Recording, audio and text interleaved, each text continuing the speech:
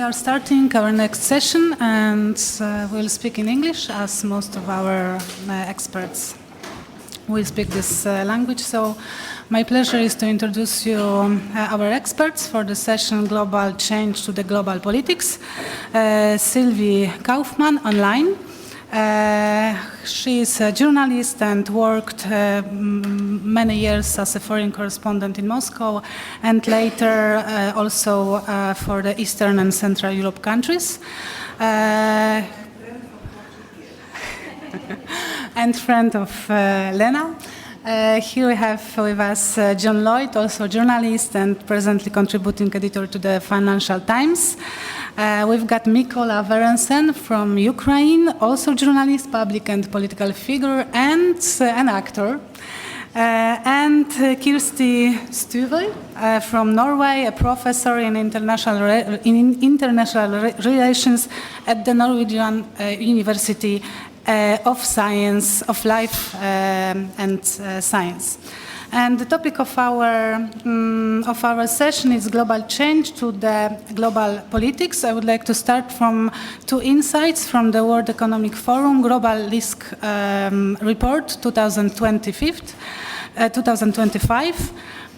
The first insight is that armed conflicts is considered the greatest short-term risk. 23% of World Economic Forum experts chose it as the most important thing, and more than 64% of respondents foresee a multipolar and divided world order, signaling the breakdown of an order based on Western institutions.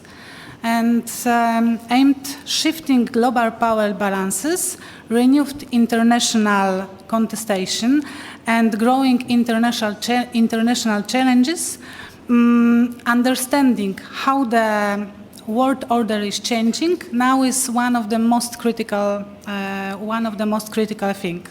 Global change, including climate, economy, technology, and demography, significantly reshapes global politics, raising the question of rethinking of foundations of the global world order. And all of these challenges lead us to the questions such as, are we heading towards a new version of the Cold War, or towards a form of disorder without clear blocks and rules? How to conquer and counter these growing threats? How to preserve the existing world order? Do we need it or not? And how to maintain democracy in the face of its decline? And of course, what about the reforms of international institutions? And at the beginning, I would like to give the floor to the Sylvie. So Sylvie, it's your time. Thank you very much, Agnieszka. Good morning from Paris. Can you hear me okay? Yes. Okay, good.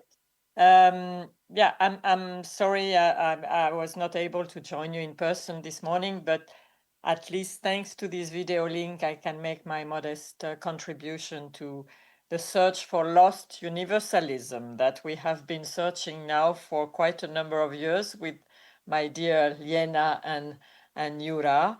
And I really want to warmly thank you, both of you, for leading this effort, as well as my dear Ina, of course.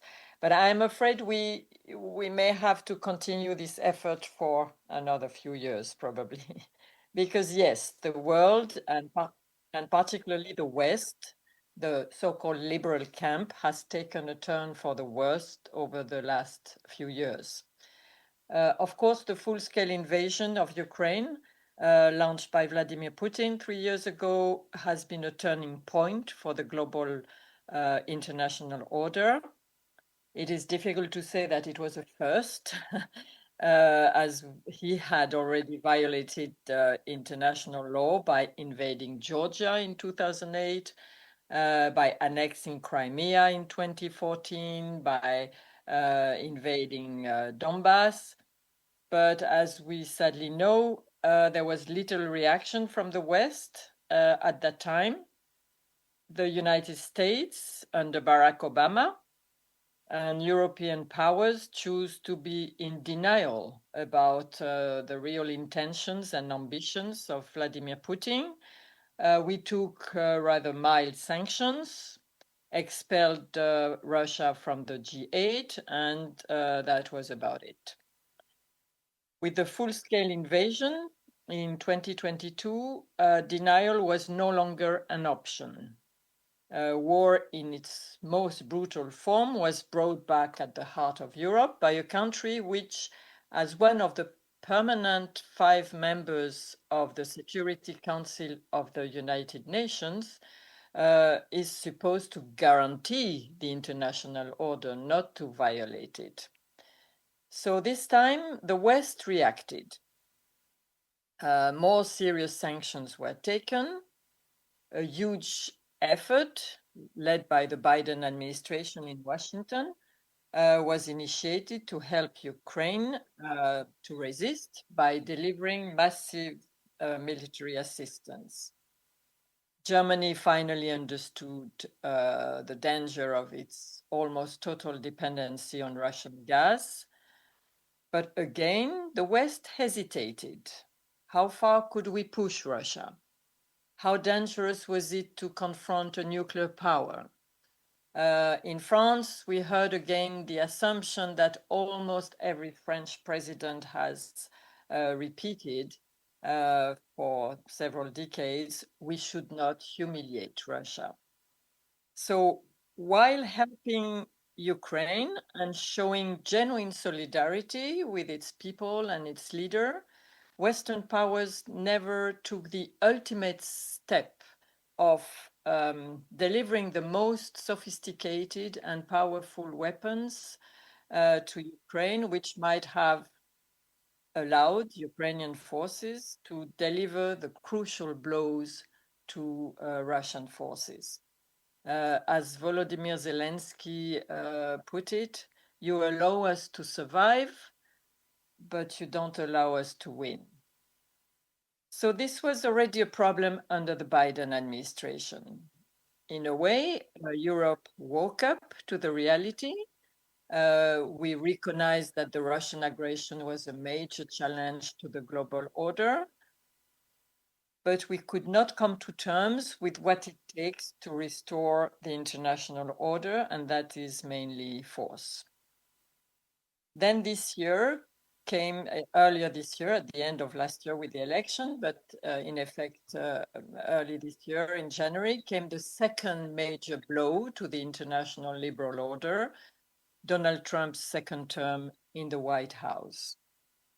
We now have a second permanent member of the Security Council of the United Nations defying the rules and even siding with Russia, as we saw on February 24 this year, when the United States plotted with Russia behind the back of France and the United Kingdom at the Security Council of the UN to prevent the adoption of a resolution initiated by Ukraine to condemn the Russian aggression. This may sound formal, but I think in terms of diplomacy and the rules-based order that we've known since World War II, basically, this has been a huge warning, this confrontation at the United Nations, where you had United States siding with Russia against France and the United Kingdom. This time it was clear for all to see the Trump administration, together with Putin's Russia, have upended the international order. Since the end of World War II, American power was rooted in cooperation rather than coercion. Of course, we should not idealize the past. The Cold War provides us with plenty of examples where the United States and Europe behaved badly as imperial or colonial powers. But there was a rules-based order, and there were rules that you could refer to. There was a Western alliance where the United States was the dominant power, but where the allies were happy to accept this domination as it was based on cooperation between like-minded countries who followed the same democratic model. For Europeans, willingly delegating their security to the United States fitted their interests. But today, the only international order that Donald Trump is ready to accept is a US-led international order that fits American interests.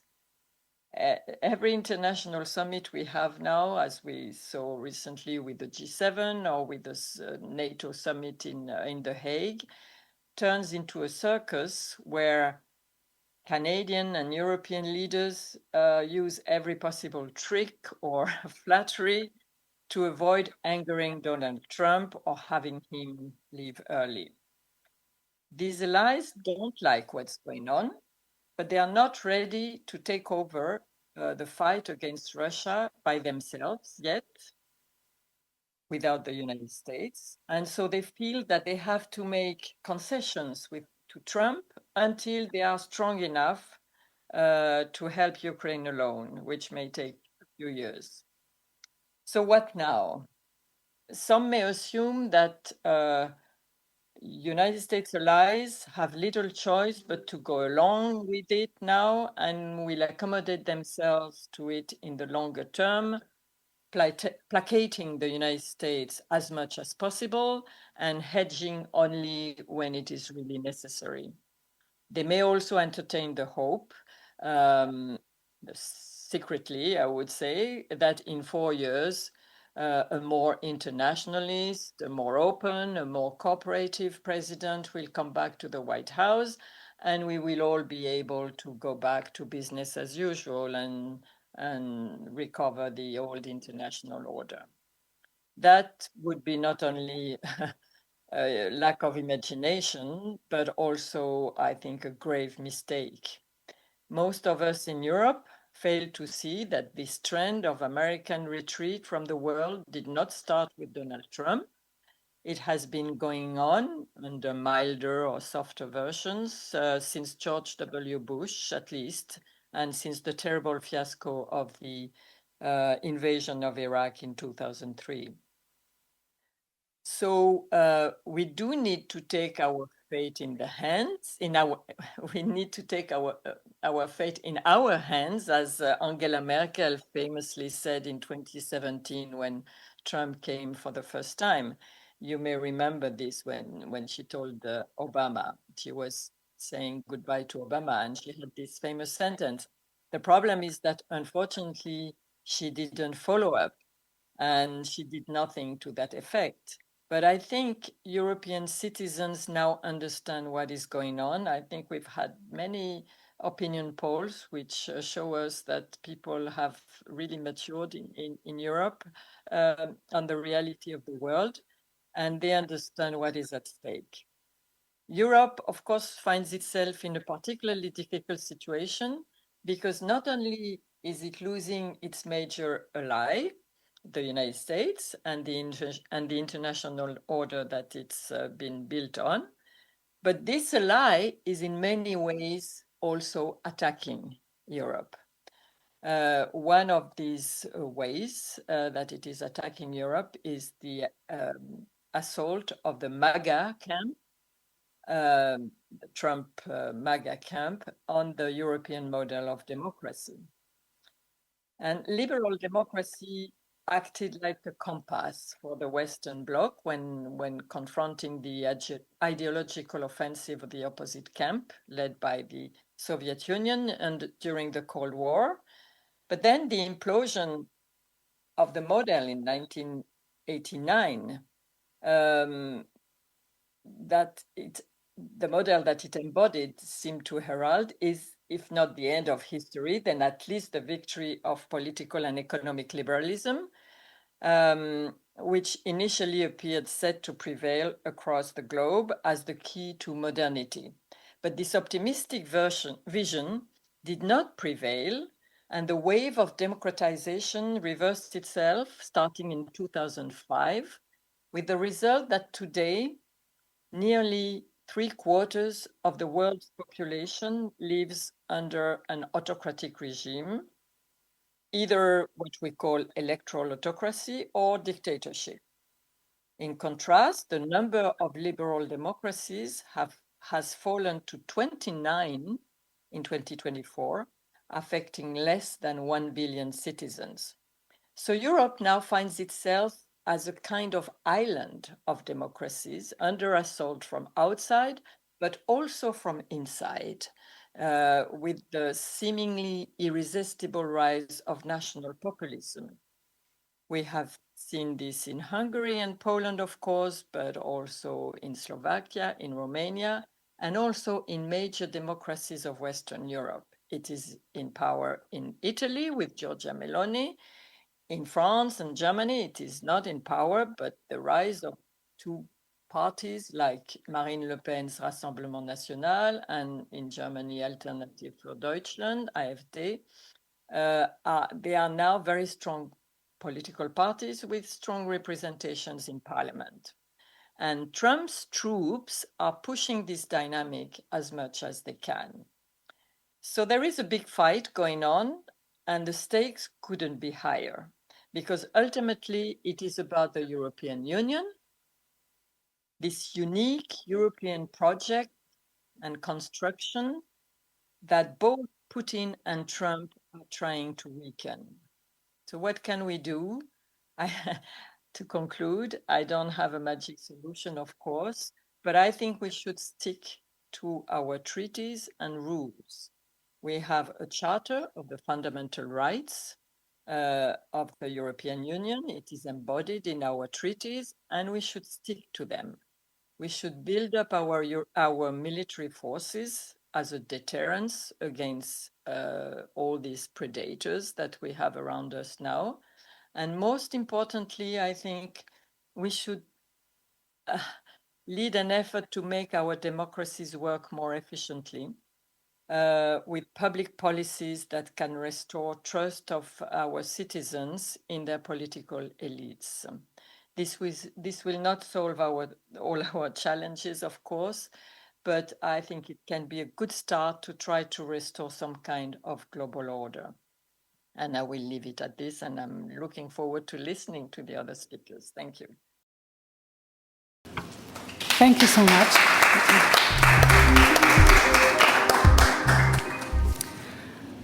Ukraine, for some people, became a symbol of a new value-driven global politics, and I would like to ask you, Mykola, about what does it mean for you, the global world order, new global world order, from your Ukrainian point of view?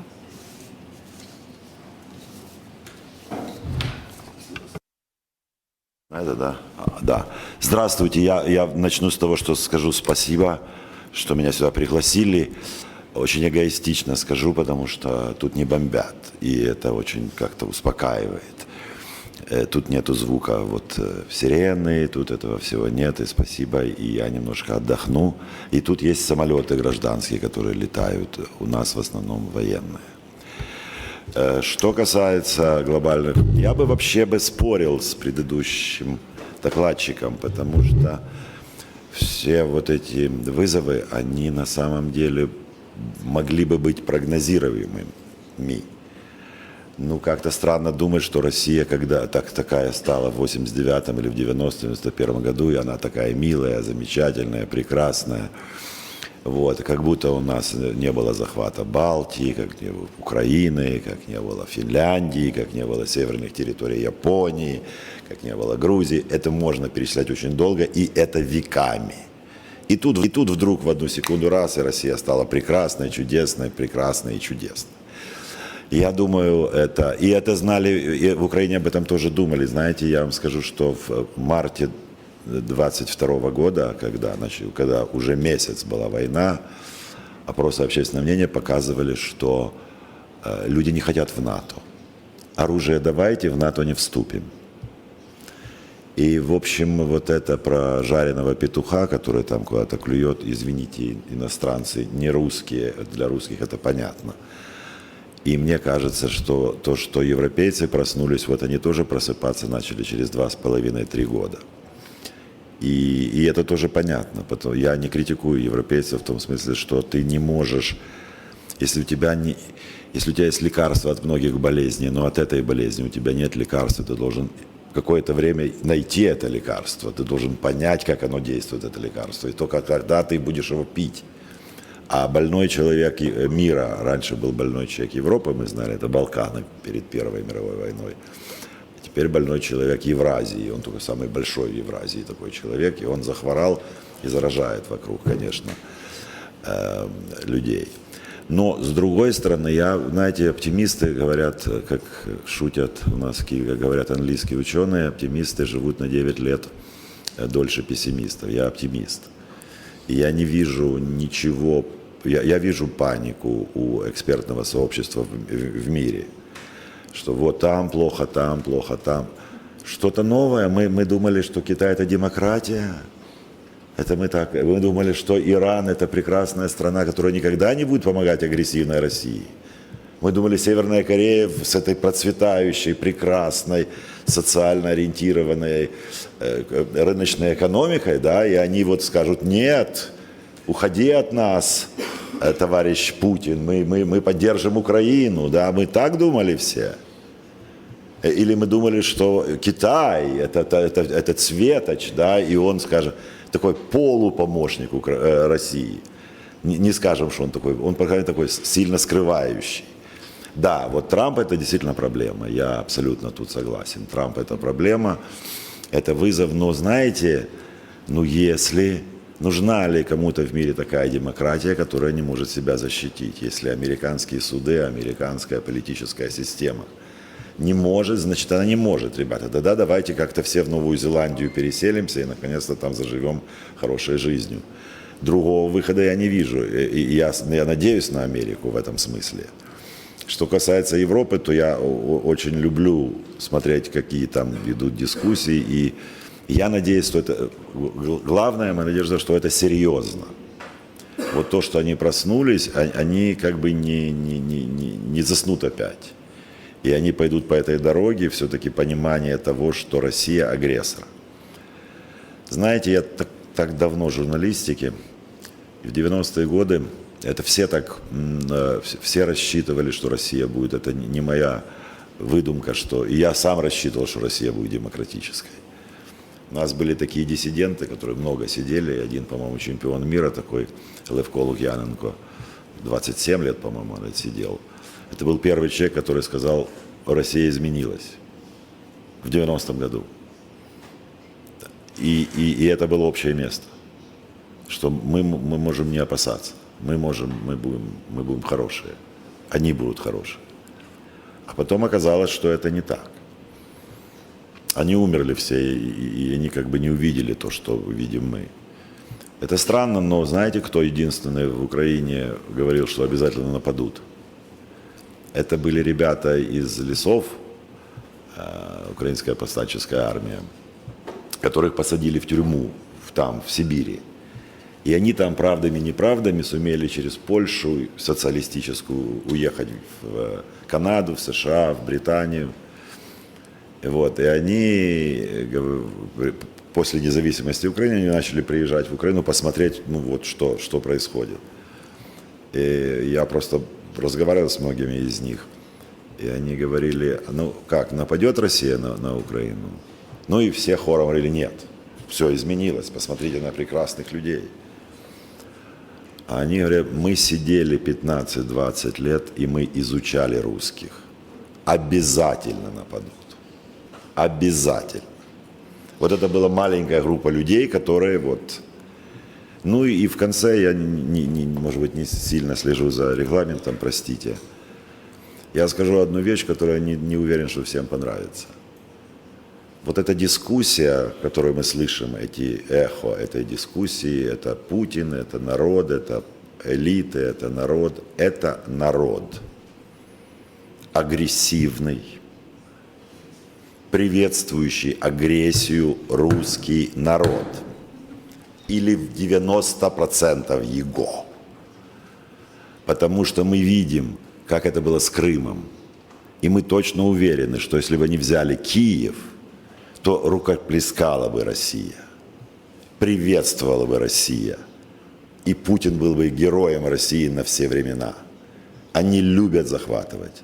Ричард Пайпс, я всю жизнь привожу этот пример в одной из книг, подсчитал, в течение 300 лет Россия захватывала 180 квадратных миль в день. 300 лет в день 185 квадратных миль. Это в середине, это живет внутри, это часть, это рука, это палец, это ухо. И какие-то 2-3 десятилетние перерывы, да, мы вот попали, нам повезло, в 90-е годы мы попали на перерыв. Но это не значит, что это не суть, не содержание, не внутренняя убежденность людей, которые хотят быть большими еще больше, еще больше, еще больше. Я надеюсь, это все закончится, потому что, по-моему, она уже подрывается, это Россия. И, может быть, что-то, какие-то изменения, ну, очень такие, знаете, уже таблетками не обойдешься. Надо операцию делать. И если сами русские захотят делать операцию, окей, мы будем приветствовать все, хотя бы те, кто живет в Украине. Но боюсь, что врач должен быть где-то из-за границы.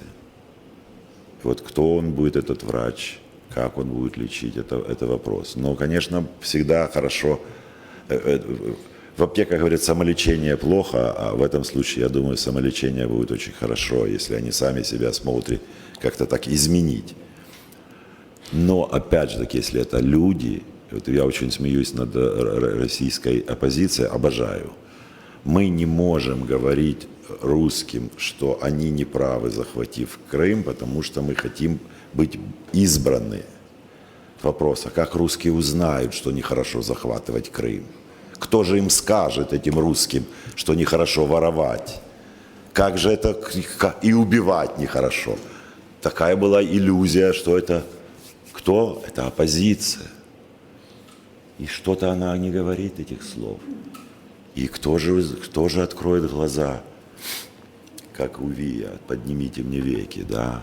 Кто этот? Я не знаю кто. Мы за них их работу делать не будем точно. У нас идиосинкразия к русским. И в общем, видимо, вы догадываетесь, по какой причине. Вот. А кто тогда? Европейцы? Ну, это же принцип европейцев. Ты сам себя лечи. Ну, мы не будем вместо тебя делать твою работу. Пожалуйста, займись домашним заданием.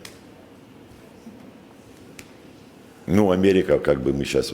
Хотя я тут тоже спокоен, будут новые выборы, все будет в порядке, еще промежуточные будут в Америке выборы. Посмотрим, кто там выиграет, посмотрим, как это все будет выглядеть. Но вот что делать с этим больным, я просто не знаю. Я не думаю, что есть человек в мире, который знает. Спасибо. Thank you so much.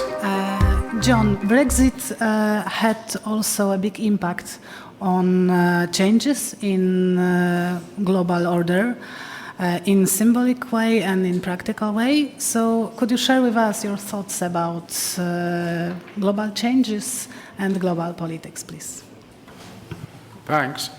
Like Mykola, I disagreed with at least some of what Sylvie was saying, not always the same thing. And I will certainly come to Brexit in the course of my talk. Sylvie was not, I think, online when I admitted that I had come to embrace Brexit, and it would be a scandal for a senior editor in Le Monde to even partly agree with that. But my argument, which I'll put in what I was saying, is attached to what we're discussing, and that is global change. And Brexit was part of that. Change usually comes after wars, and it's usually radical. The War of American Independence, the war that they fought with the United Kingdom for independence, created the United States. It was the necessary creation of the United States. the 30 Years' War in Europe in the 17th century, and then the Peace of Westphalia created or underpinned the creation of states, which had been going on for some time, but this gave them some kind of more solid basis and agreement that a nation should grow and control its own borders.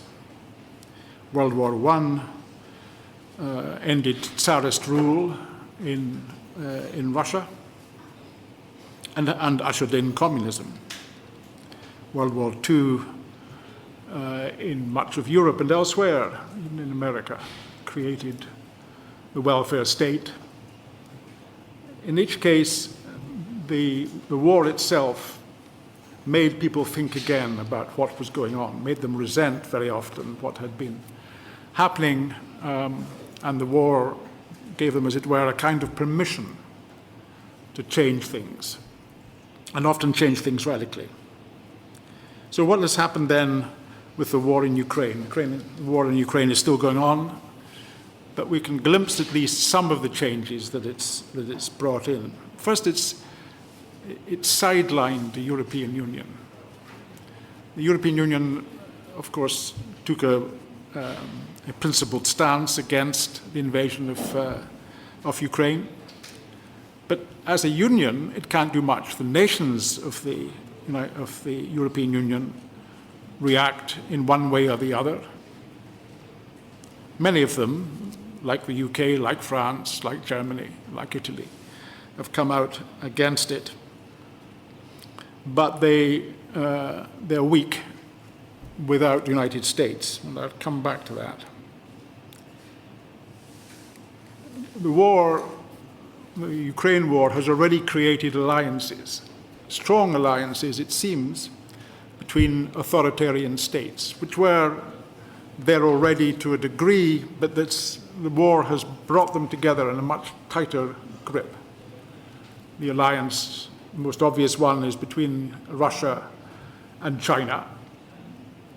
The leaders of Russia and China were at least friendly with each other, but the war, partly because of Russia's dependence upon the assistance that China can give, has brought them very close together. And then in comes, surprisingly, I think, to most people, the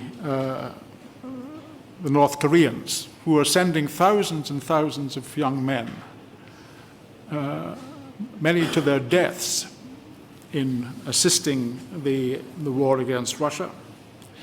And Iran, which has not participated in the sense that North Korea has, but has signaled its desire to be on the side of Russia.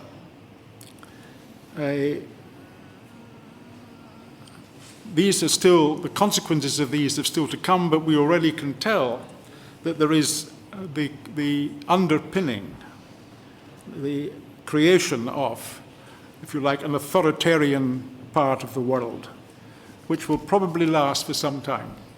Those people, and we heard Thomas Baggert speak of this earlier today, those people who had hoped for a Russia which was more European-centric than China-centric have been much disappointed. There was discussion yesterday on the need for Europe to stand alone. To stand alone because we can no longer trust United States, we can no longer trust Trump because he changes his mind all the time, so that we, Europe, should stand alone, should be the main force against the Russian invasion, because Trump seems unable to support a consistent policy, and indeed in the last few days has said that he will stop the supply of advanced weaponry to Ukraine. It may start again, it may not. At the moment, we are now, and all the nations of Europe and elsewhere are at the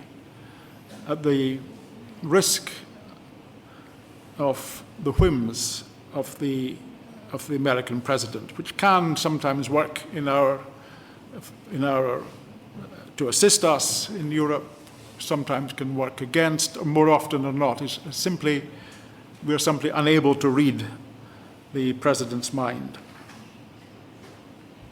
We should realize, however, that when we speak of going it alone, of Europe becoming the main fighting force against Russia and its allies, that this is a huge project, an enormously difficult project, which would take very large expenditure over a number of years, at least 5 and possibly as many as 10.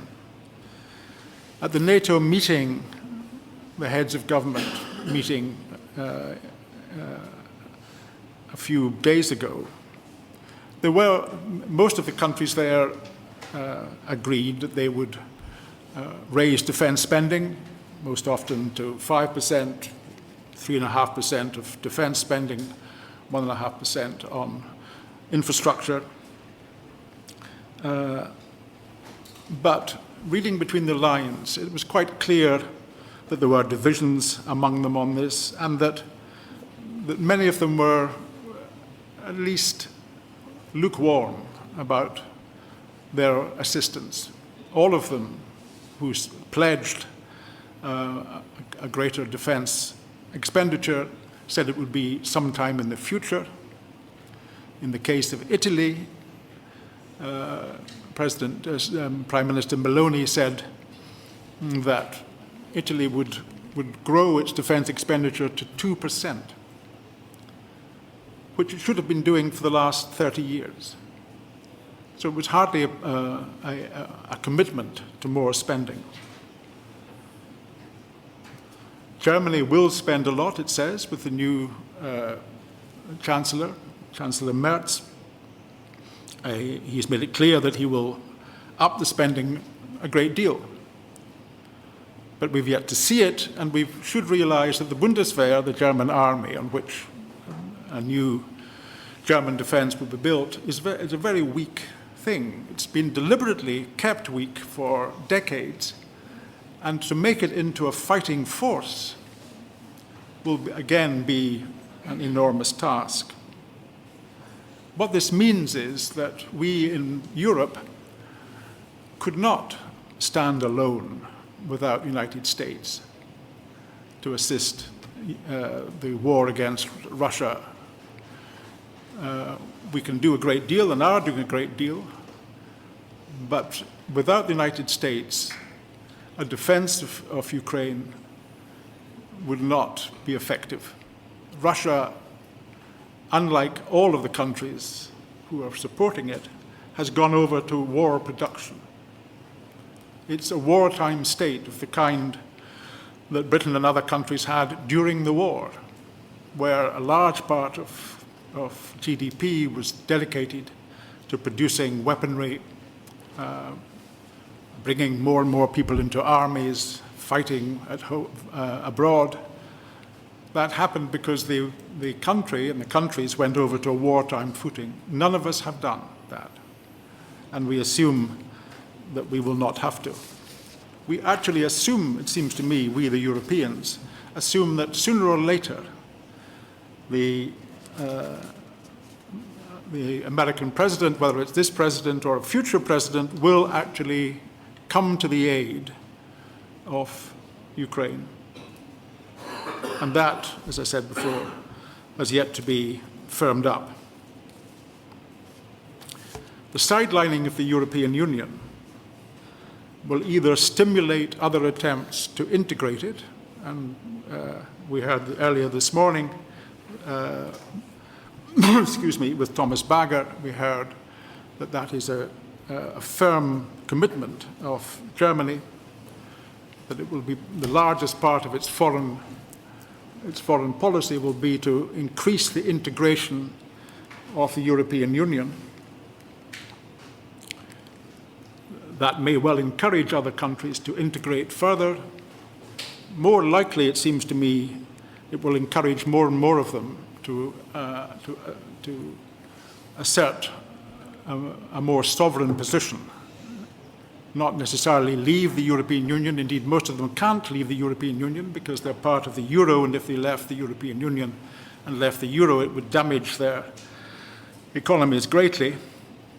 But it doesn't seem to me that even among those governing parties which are for the European Union, leaving aside the new right or far right parties, which are growing more and more powerful, but there is no real, I think, appetite for giving more national power to the European Union. So it will probably remain at the moment in a kind of stasis, not going anywhere, not collapsing certainly, but not going anywhere.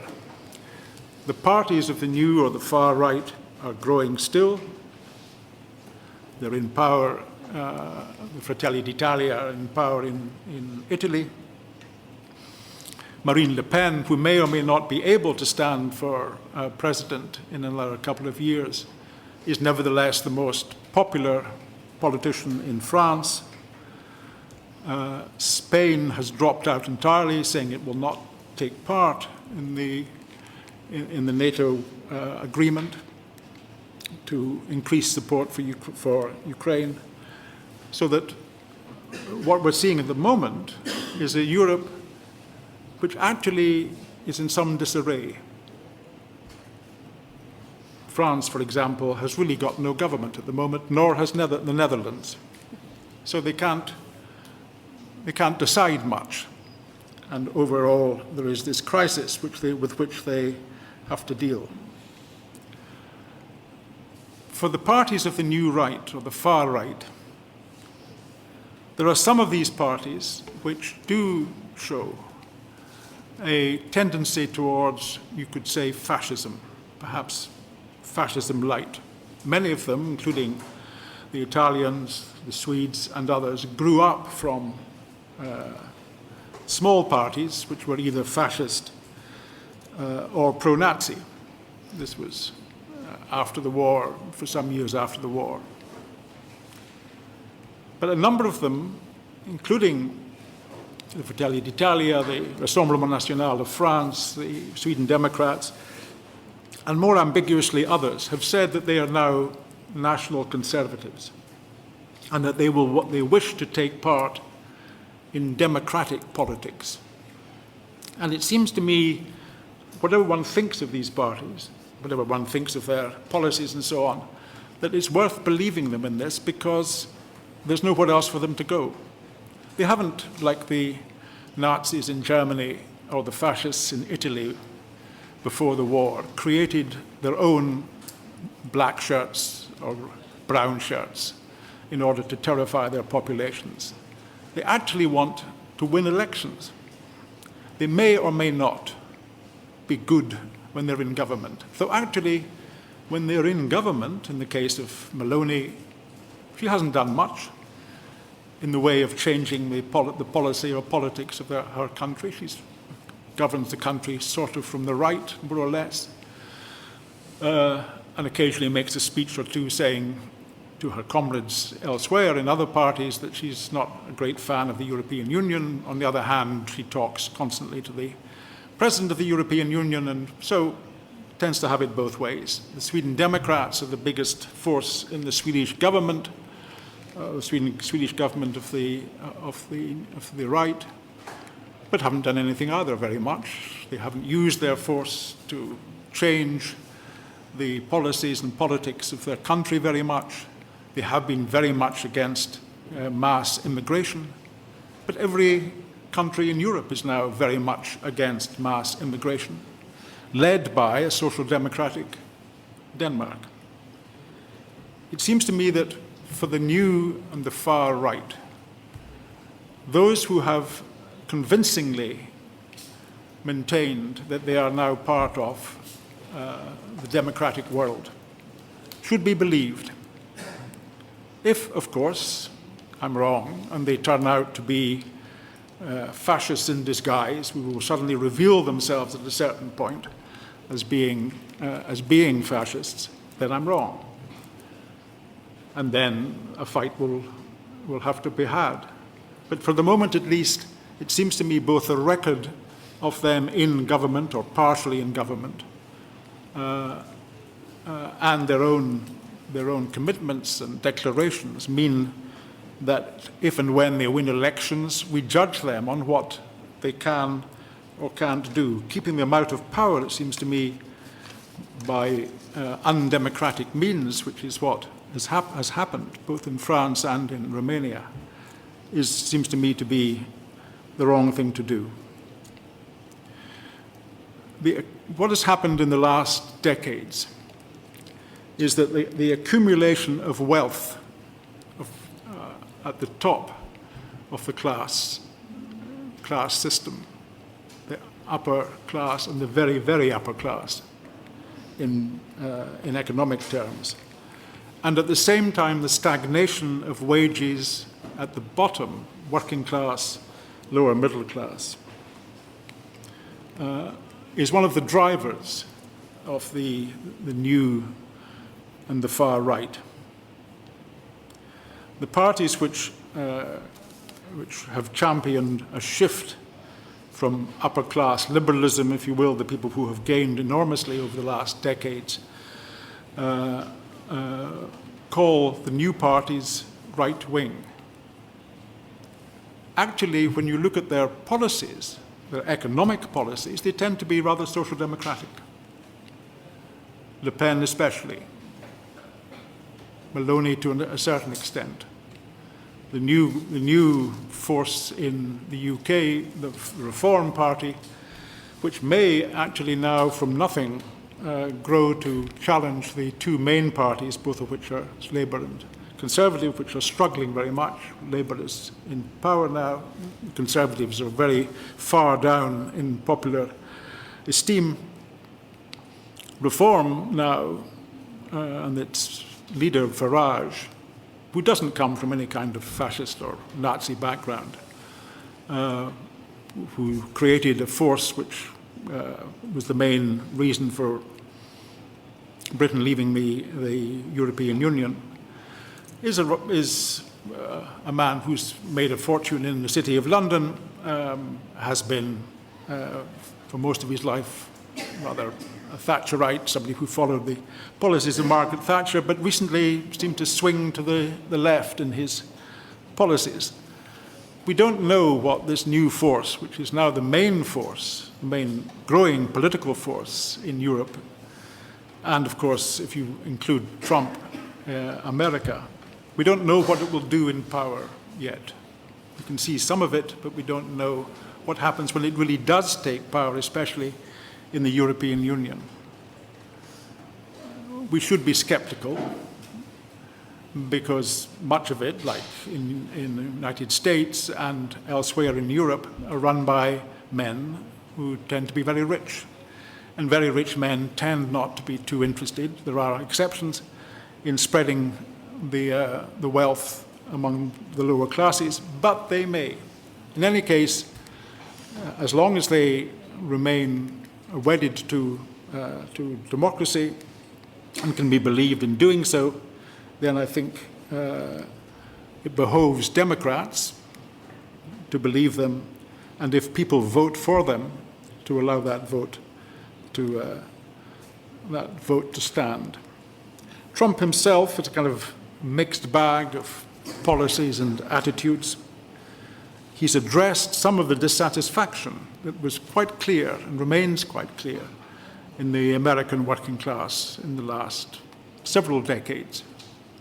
Not all of them, when they're interviewed, think he's a great man. A lot of them think that he boasts constantly and doesn't keep his word and so on. But they go over to him because he is the main force against a kind of upper-class liberalism, which they have come to see as one of the major reasons why they've lost jobs, jobs have gone abroad, why their wages have not gone up, and why large parts of America continue to suffer from unemployment and lack of any kind of future. Will this challenge the liberal order that we've been having with many, many good parts to it since the war? It's been a great success in finance and in the economy. But while it has presided over and encouraged the growth of the money economy and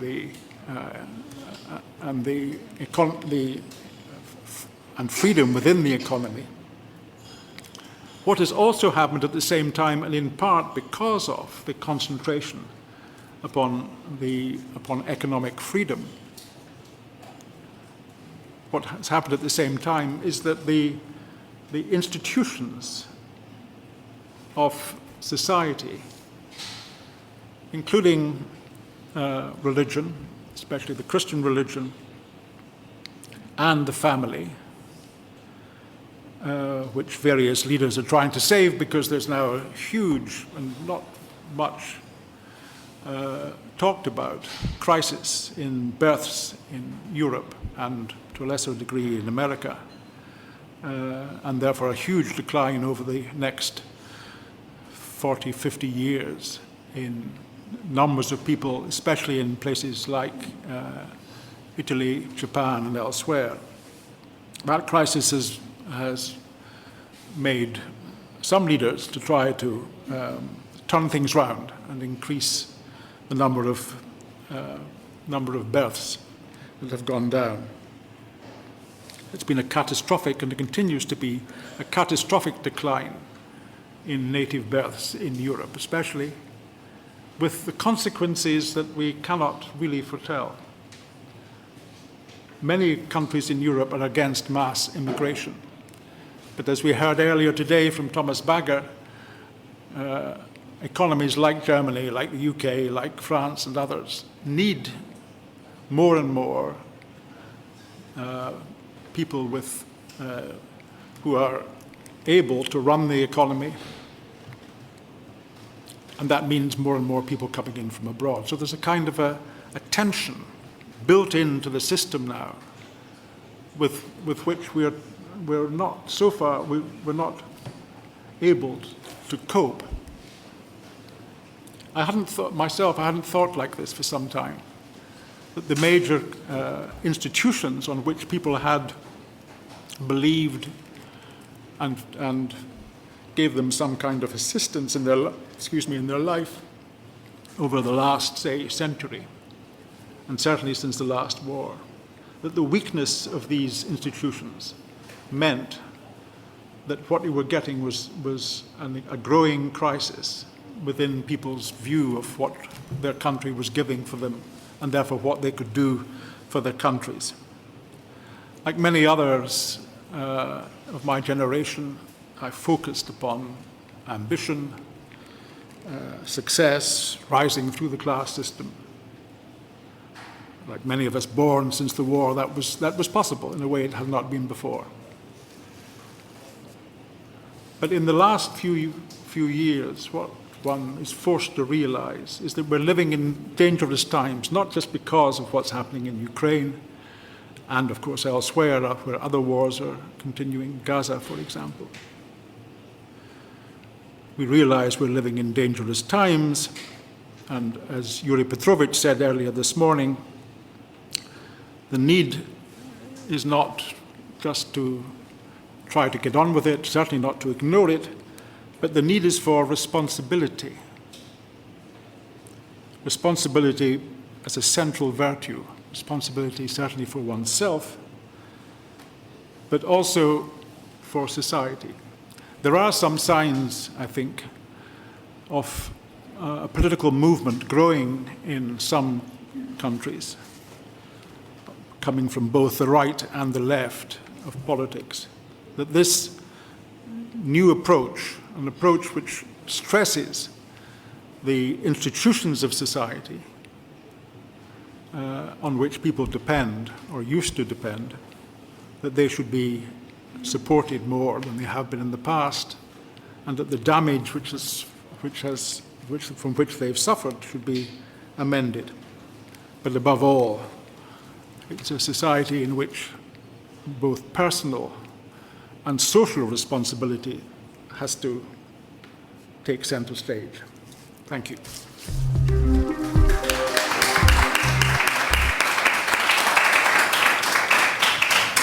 Thank you so much. And our last expert, Kirsti, you are last, but also you are a privileged person because you can share your thoughts about global changes to the global politics.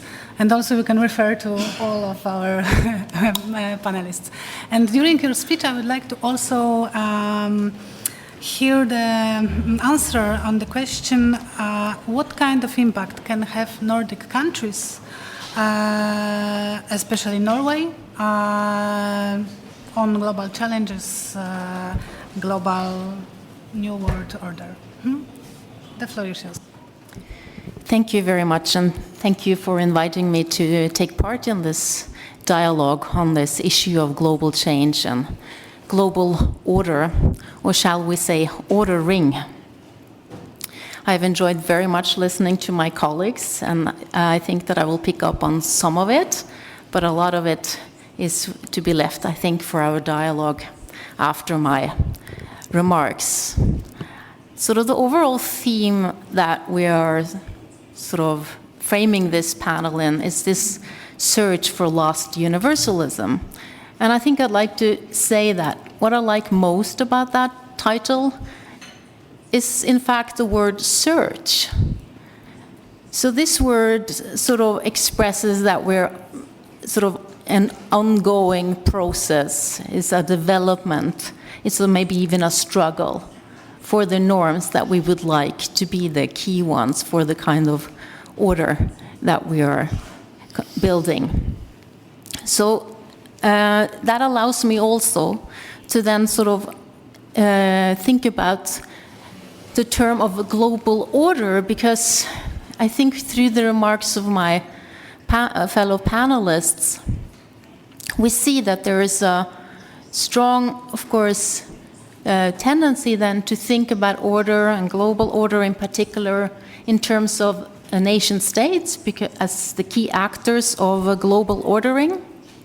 But we, of course, also hear, and particularly in John's points, we hear that there are concerns with people and people's well-being as we think about the effects of global ordering. So I think this is particularly important for me because I think we need to think about global order along both of these dimensions. And I'll try and come back to that when I talk later about a little bit about authoritarianism. But I'd like to sort of maybe just start with some sort of initial comments, sort of reflecting on a question we were asked for this panel to think about some sort of agreements or some commonalities among European experts and the political establishment on how to counter sort of the full spectrum of threats that we are experiencing and that my fellow panelists have already outlined a lot. And I think that we see that there is a strong consensus now on investments in security. We see that in the European perspective. There is a strong agreement on investing in defense and security. I think also that there is a recognition that we need to protect democracy and that the threats come from outside and also from the inside. And again, John, of course, outlined this very well, and others as well, talking about radicalization and especially sort of right-wing developments as one of the challenges to the cohesion of European democracy. So when we are thinking about the reform of international institutions then, I think that this is a broad discussion about change that, of course, then links back to how do we see the past. And I think that we need to be always reminding ourselves then of the criticism of the liberal international order that it also had its limitations, and part of those limitations we see specifically if we turn to the global south. We see that the liberal international order also was not so liberal as we wish it to be in some of those countries, and we need to continue the critique of the power that has been exerted across the world with use of military and colonial power. And of course, in that context, again, it's the search for a lost universals is also a key one to be including more voices into. So I think this allows me then to also come with one remark on the inclusion of civil society in this sort of big conversation, which has been an issue we've been addressing in this School of Civic Education. I think that civil society and the whole post-Second World War era had a very principled position in the international institutions as an observer. This is a role that has been institutionalized, it's a one that is well known. But we also know that civil society at large has been seen as an actor with a lot of knowledge and with a lot of leverage to weigh in on state actors. But we also, of course, know that civil society has changed a lot, and it's certainly not a unified actors. And what is perhaps interesting to remind us of also then that we have seen civil society, for example, been very actively involved in fighting the challenges of climate change. You know, in the regular conferences on the climate change, civil society is very actively involved in these huge international gatherings. But we also know there is a little bit of despair, perhaps, with what effects those kinds of gatherings can facilitate. So we need to keep the momentum up for those types of initiatives to at least keep the international dialogue going and be inclusive in that dialogue. So I wanted to come back to this sort of challenge of autocratization, and Sylvie Kauffman already reminded us that this is really a key challenge with 3 out of 4 people in the world living under authoritarianism. And we also see that,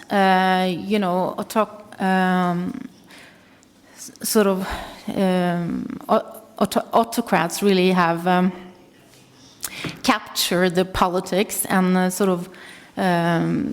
eroded democratic developments. And I think that this is something that in research now is sort of pushing the thinking towards asking questions about how is this autocratization, how is the authoritarian capture experienced, how is it adapted to, reproduced, but also sometimes resisted by people. I think this is, in short, sort of like a perspective that draws our attention to some of the maybe less understood the processes embedded in our everyday life. This has to do with how we deal with minorities. It has to do with the polarization of the public sphere. It has to do with urban decay. It has to do with increased precarity. It has to do with what John explained as the stagnation of wages. And people really then have to struggle with the kind of stigma this gives and the human's insecurities that become never-ending. And this is a key thing that shapes people's life world, if you like. So I think that what this perspective gives us is that it really shows us that the current focus on security and rearmament in context of climate crisis and increased inequality really is a contentious one. And we need to really broaden the perspective to sort of think about how uncertainty and the grievances and the risks of disorder that develop from this, of course. And I think that what is at stake is really then sort of how do we ensure dignified, decent lives. So I think maybe this is the point at which I could turn to your question, if there's anything to be gained by Nordic perspective there. And that's a huge question. I don't think I can answer all of that. But I guess that one part of it has to do with something that, again, we can relate to civil society, and it has to do with organization. It has to do maybe even with unionization, but it has at least also to do with sort of conversations around, broadly speaking, politics that can be inclusive and foster sort of democracy, and also basically be thinking about the politics of peace, both through how people live in the everyday, but as well as in a global sort of international perspective. In the Nordic countries, we have these conversations. In the Nordic countries, we need to have those conversations, learning a lot from other countries, and not least, of course, by learning now through the struggles of the Ukrainian resistance. So I think here I'm very normative in the sense that it's that kind of dialogue that is important to stay in and to be open and then listen in, to learn really from the experience as we take the decisions for the future. I think I'll leave it at that, and I'll be happy to discuss and take your questions. Thank you.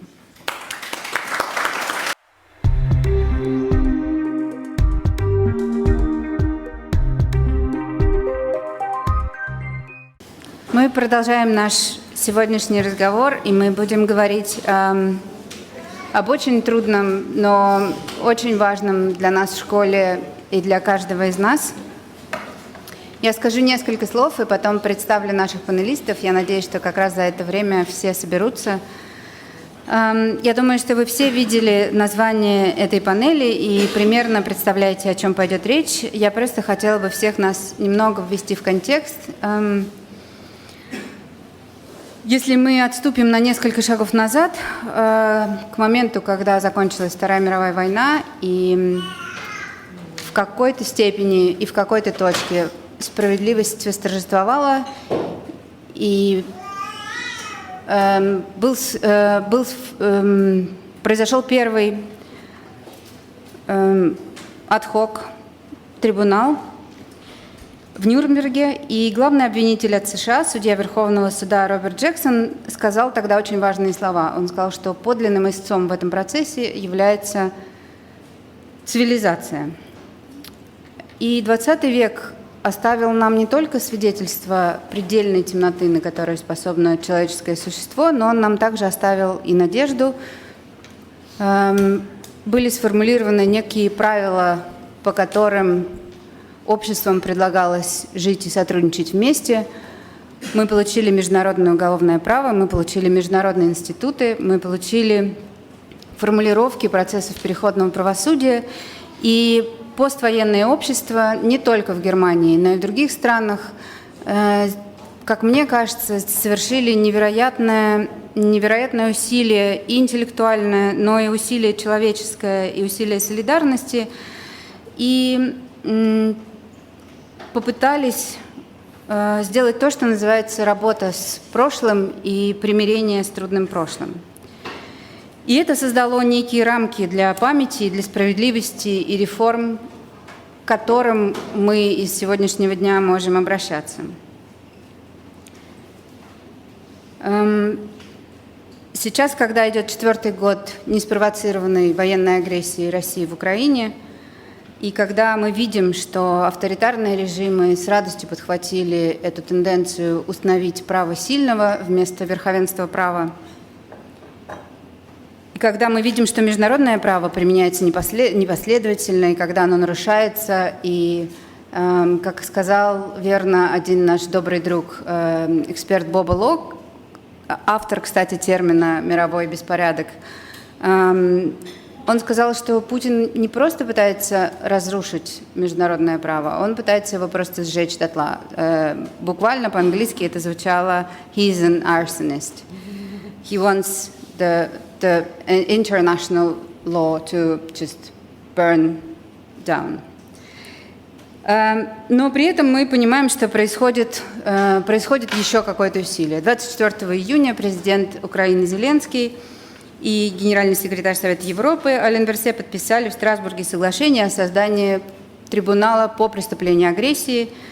И мы понимаем, что это только первый шаг на очень-очень долгом пути. И даже трудно радоваться, потому что этого все-таки слишком мало на фоне той жестокости, которая продолжает происходить. И более того, мне кажется, что даже когда этот трибунал состоится и виновные будут осуждены, это не будет концом и это не будет решением, потому что до тех пор, пока все военнопленные, все гражданские, все дети, которых Россия вывезла насильно из Украины, не вернутся домой, это не будет концом. Более того, мы понимаем, что наследие, которое нам оставил сегодняшний российский режим, останется с нами на поколение, а может быть и больше, и впереди лежит очень много работы. И поэтому вопрос, который мы себе задаем, мы пытаемся понять, что то, что было сформулировано после Второй мировой войны как никогда больше, на наших глазах превращается просто в слова. И мы пытаемся понять, можем ли мы, как гражданское общество, в сотрудничестве с экспертами, с политиками, сделать что-то, чтобы вернуть этим словам смысл и чтобы действительно насилие перестало быть нормой и по возможности прекратилось. И у нас невероятная удача. Мы собрали, мне кажется, самых блестящих экспертов, которые не только рассуждают на эту тему, в горячей точке войны, но работают с этой темой очень давно, и это имена, к которым прислушиваются во всем мире. С нами из Киева на связи Mikhail Savva. Мы всегда представляем Михаила как российского политзаключенного и украинского правозащитника. Михаил выпускник школы 1998 года. И эксперт организации Центра гражданских свобод, Нобелевского лауреата Украины.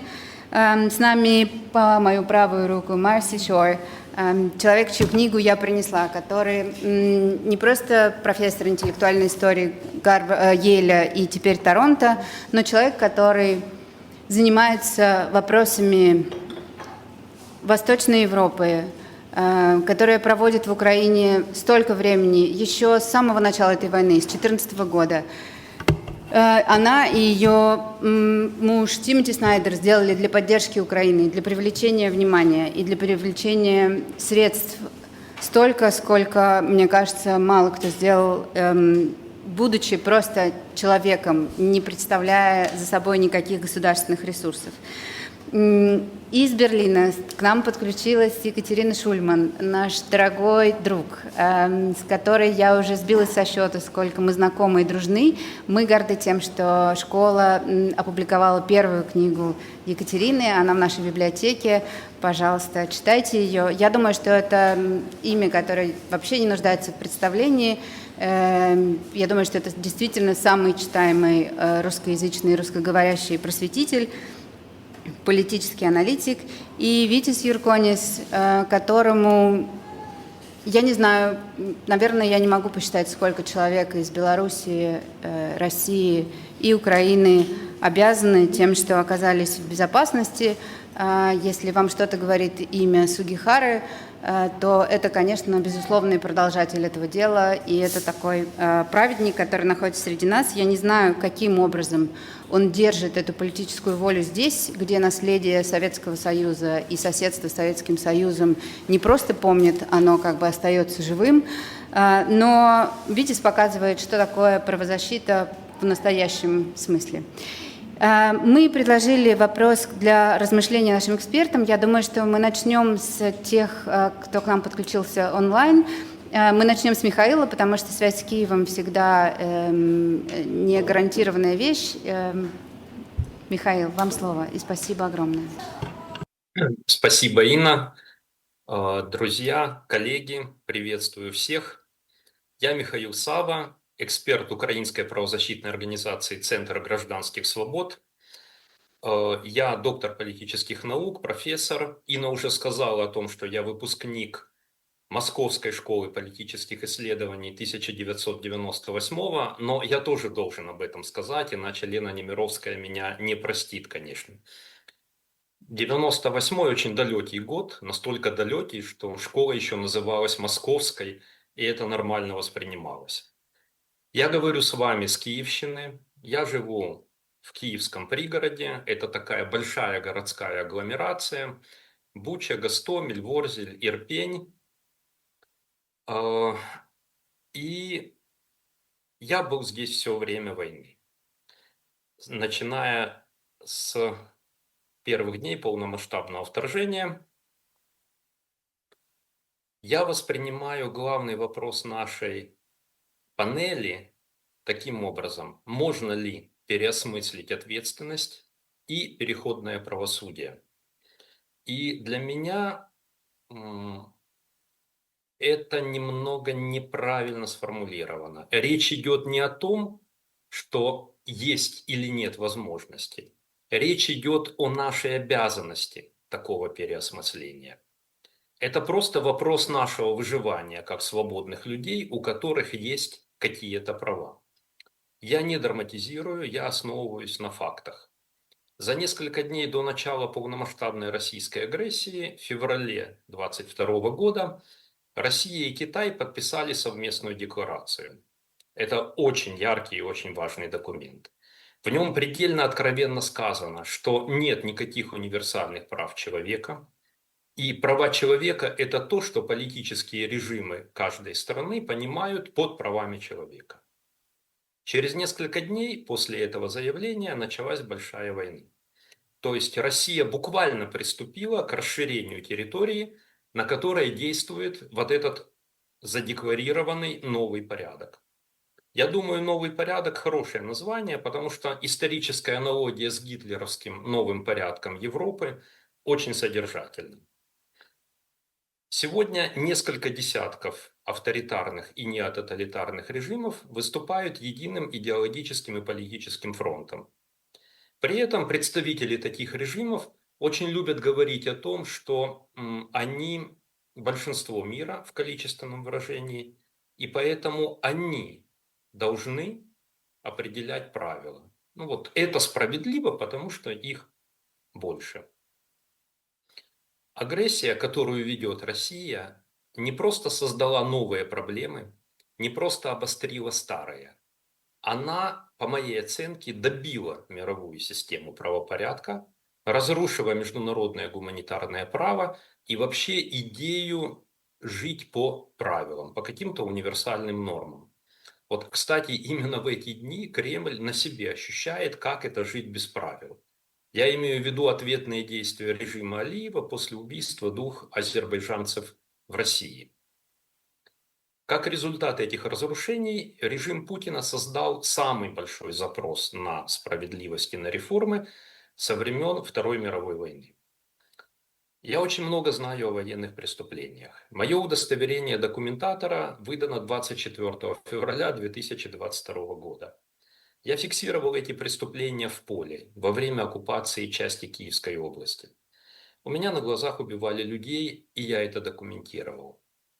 Но я сейчас говорю с людьми, которые, уверен, понимают, что произошло и что продолжает происходить. Поэтому я хочу использовать мои 12 минут для разговора о том, что можно сделать для того, чтобы это не повторилось. Вот что мы, именно мы, а не абстрактно кто-то, можем сделать для того, чтобы никогда больше. Я начну с тактики. С того, что можно делать прямо сейчас, вместе с украинскими, российскими, литовскими и любыми другими правозащитниками. Хочу сделать важное отступление. Я работаю с российскими правозащитниками, и не только я, в Украине я имею в виду.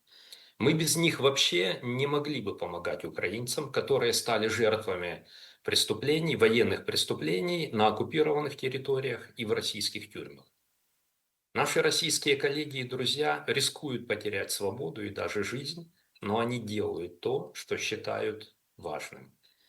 Но Есть вещи, о которых я смогу рассказать только в мемуарах, если до них доживу. Настолько это чувствительно, сложно и закрыто, и важно для спасения людей. Но могу сказать, что с марта 2022 года действует такой уникальный инструмент взаимодействия, как двусторонняя контактная группа по гуманитарным вопросам. Я горжусь тем, что я в нее вхожу, и то, что мы работаем уже более 3 лет, говорит об устойчивости такого взаимодействия, о том, что оно необходимо.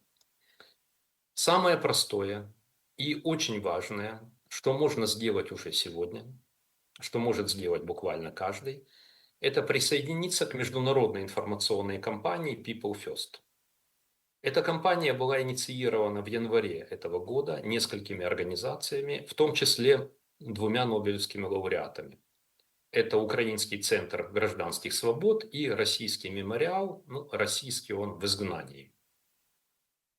Если показать эту кампанию в человеческом измерении, то Инна Березкина, которая модерирует нашу панель, один из авторов идеи такой кампании.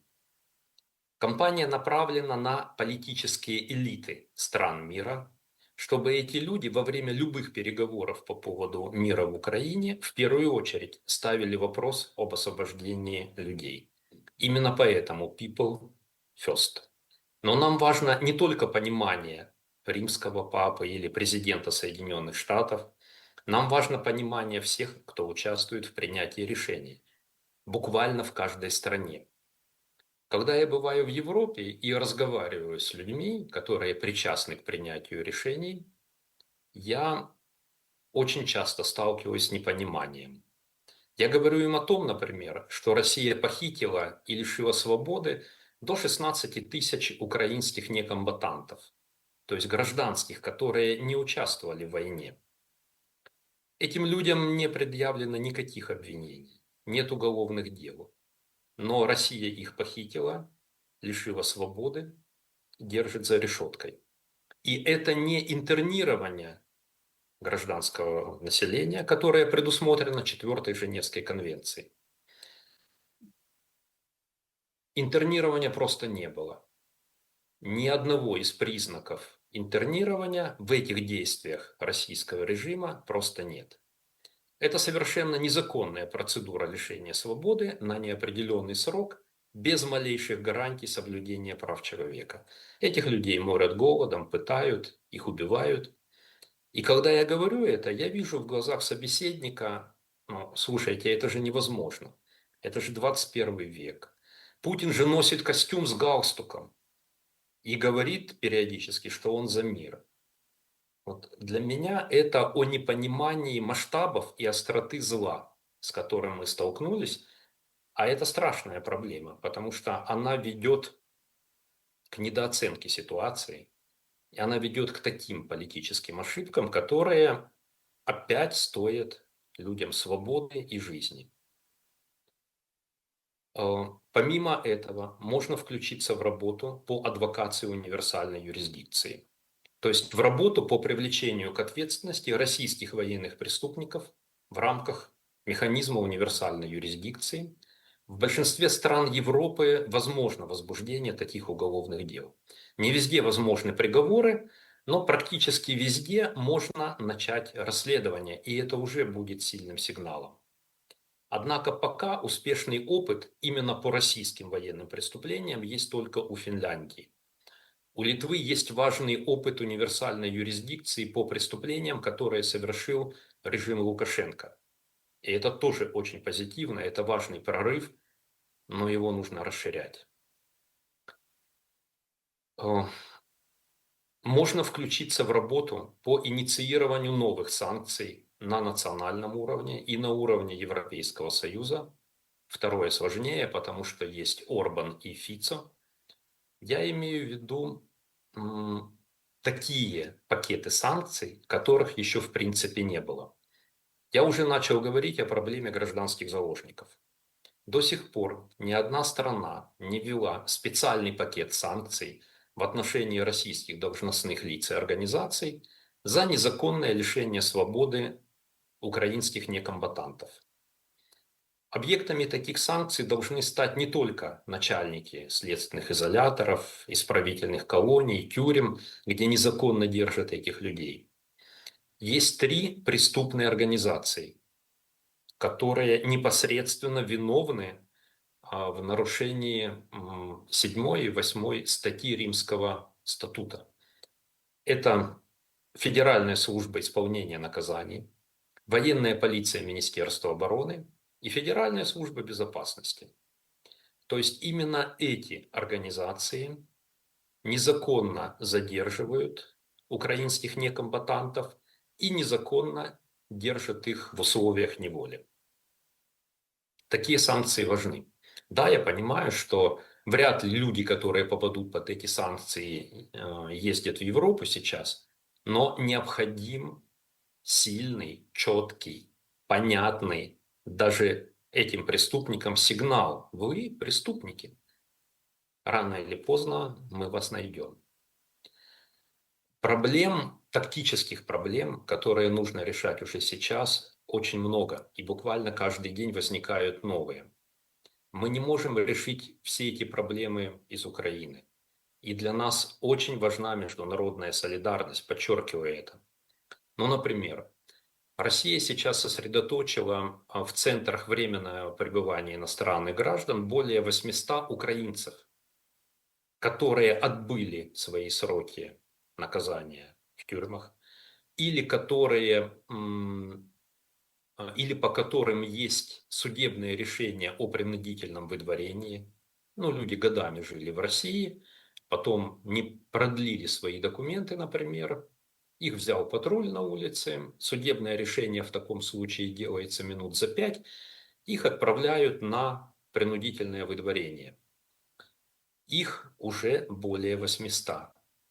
Их периодически российские власти буквально выбрасывают через границу в Ларсе, в Грузию. Эти люди месяцами живут в подвале недостроенного терминала. Без грузинских правозащитников и волонтеров мы почти ничем не можем им помочь. Им нужно вернуться в Украину, но это бывает очень и очень сложно. Когда я говорю, кстати, о грузинских правозащитниках, я имею в виду и россиян, которые сейчас находятся в России. Но это все о тактике. В каждое из этих направлений можно включиться. Что можно сделать стратегически? К сожалению, украинские правозащитники сегодня, по моей оценке, просто не могут себе позволить такой роскоши, как заниматься стратегией. Но есть такое украинское выражение «не на часе». На русский это можно перевести как «несвоевременно», но российское «несвоевременно» – это бюрократизм такой, да? А украинское «не на часе» – это о нашей реальной жизни, когда проблем слишком много, и до каждой просто не доходят руки. Мы понимаем важность этих проблем, но есть что-то более срочное сегодня. Тем не менее, несмотря на то, что не на часе, мы начали готовить реформу международного гуманитарного права. Без ресурсов. Просто потому, что понимаем, это важно. Просто потому, что международное гуманитарное право нарушается именно на оккупированной территории Украины и на линии фронта, и в украинском ТУ, куда по жилой застройке прилетают российские ракеты. Уже давно прилетают, я документировал это еще с марта 2022 года, но все это продолжается. Мы собрали и обобщили нарушения Женевских конвенций в ходе российской агрессии, и мы продолжаем это делать. Есть такие нарушения, которые вызваны, как ни странно это звучит, техническим прогрессом. В 1949, когда были подписаны Женевские конвенции, например, не было интернета. Поэтому военнопленным можно не разрешать использовать электронные средства связи.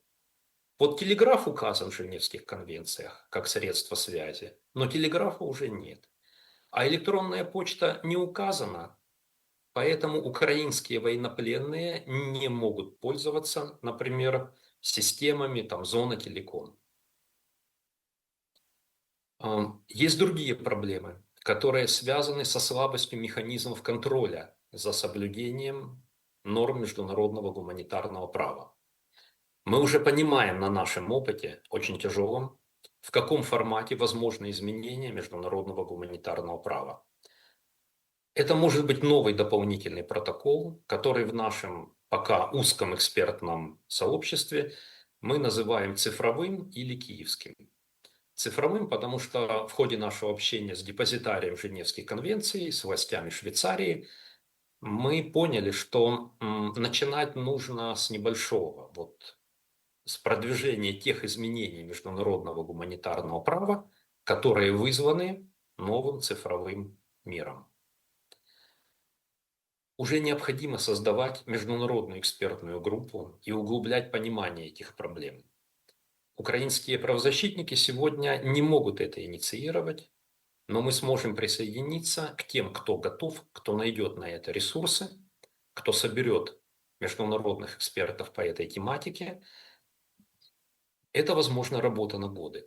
Но мы понимаем, что та война, которая сейчас идет в Украине, к сожалению, не последняя война на нашей планете. Еще один стратегический аспект. 1 августа важный юбилей. 50 лет Хельсинским соглашениям, которые, по моей оценке, закрепили современную конфигурацию прав человека. Авторитарно-тоталитарное большинство планеты атакуют сегодня идею универсальности прав человека. Они говорят о социально-культурной специфике, они говорят, что права человека – это то, как мы это понимаем, это все бывает по-разному, и это ложь. Атака очень сильна. Поэтому 1 августа праздник будет со слезами на глазах. Что гражданское общество может противопоставить этой атаке? Кто наши союзники в защите прав человека? Пока очень много вопросов без ответов. Нам нужна новая стратегия защиты прав человека, как минимум европейского масштаба. Лена Немировская, открывая сегодняшний день, сказала о том, что в конце 80-х, начале 90-х годов, когда советская система начала падать, мы не знали, что делать. Это правда. Я тоже в этом участвовал, и я подтверждаю, что не было у нас папочек с готовыми планами. И очень жаль. И последствия в том числе этого мы сейчас встретили. Очень не хочется повторять эту ошибку. Спасибо, коллеги. Я надеюсь, что я уложился. Я хочу оставить время для вопросов и для дискуссий.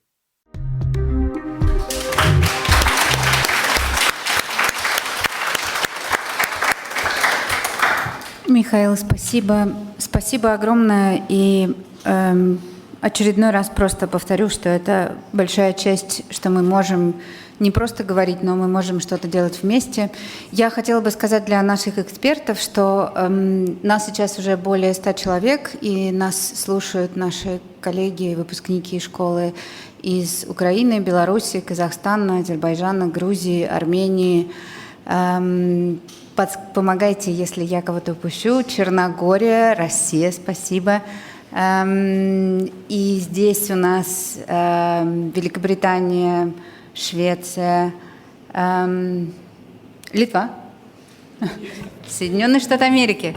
У нас есть уже вопросы в чате, мы вернемся к ним. Я передаю коллегам, что мы ничего не потеряем, мы вернемся уже к дискуссии. И я передаю слово Екатерине.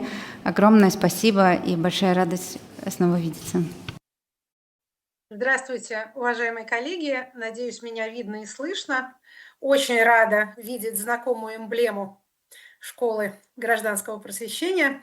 Действительно, это было то место, в которое меня пригласили выступать до того, как это стало модным. В 2013 году, дорогая Инна, много-много лет тому назад, я тогда даже, по-моему, еще и не защитилась.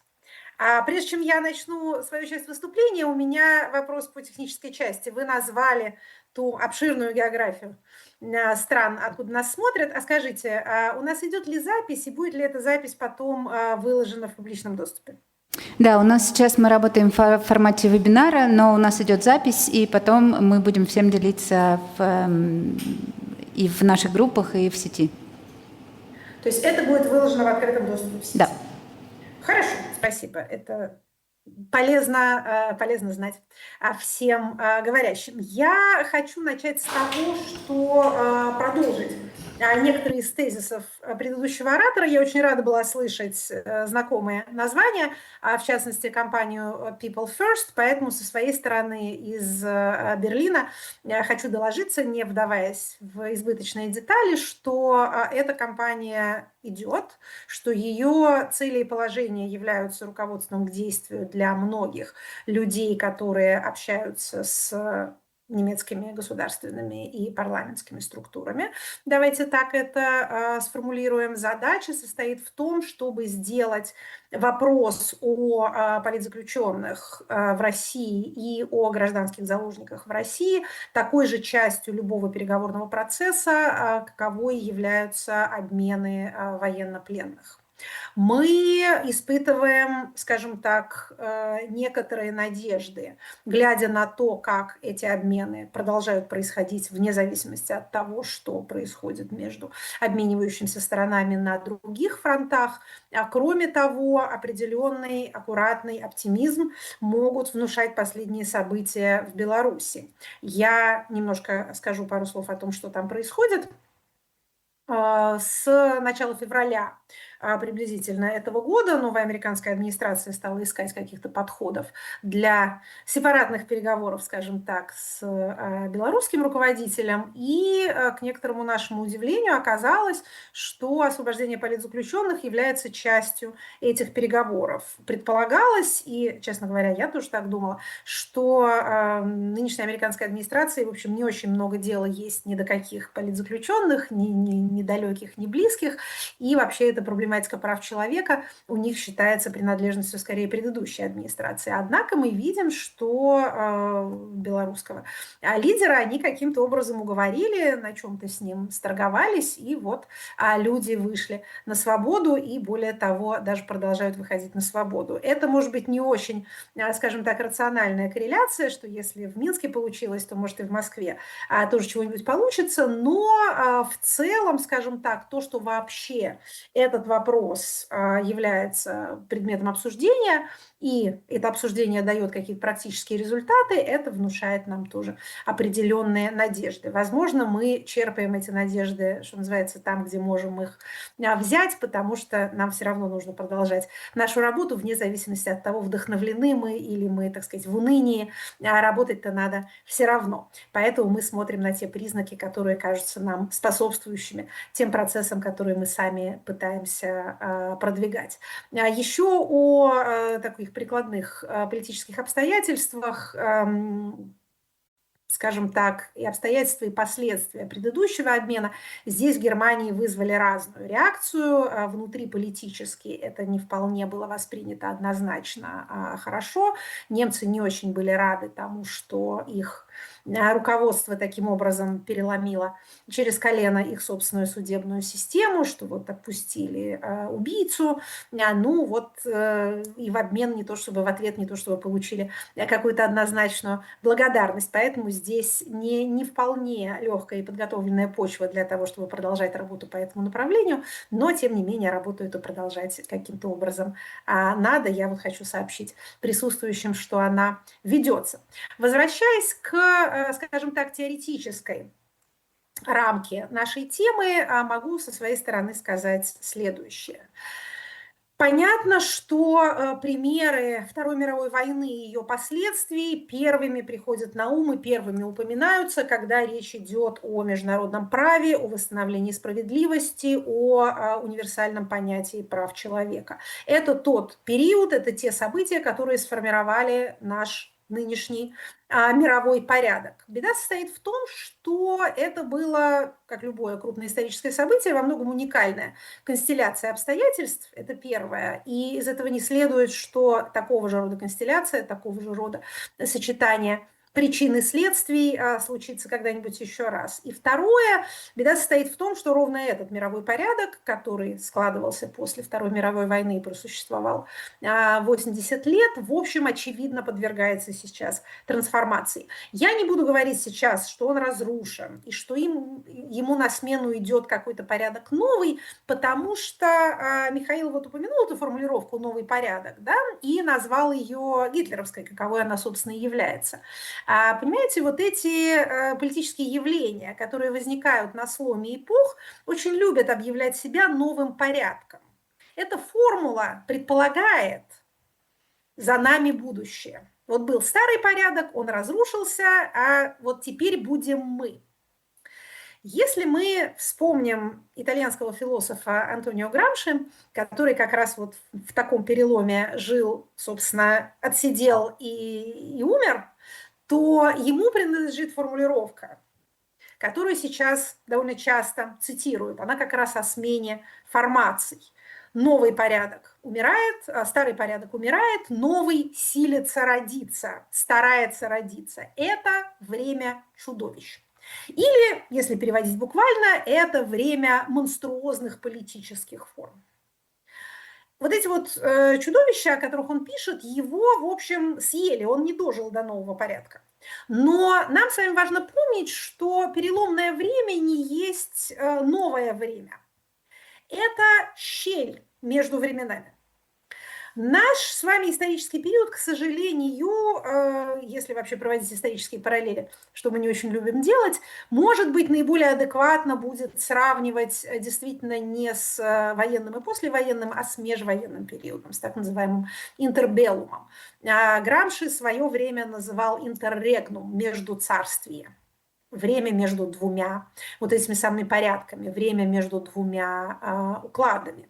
Мне не до конца понятно, возможно, потому что это не моя специализация, почему перед следующей волной демократизации, перед следующим установлением какого-то более-менее человеческих норм общежития, как международного, так и внутреннего, нужно пройти через ту или иную фашизоидную форму.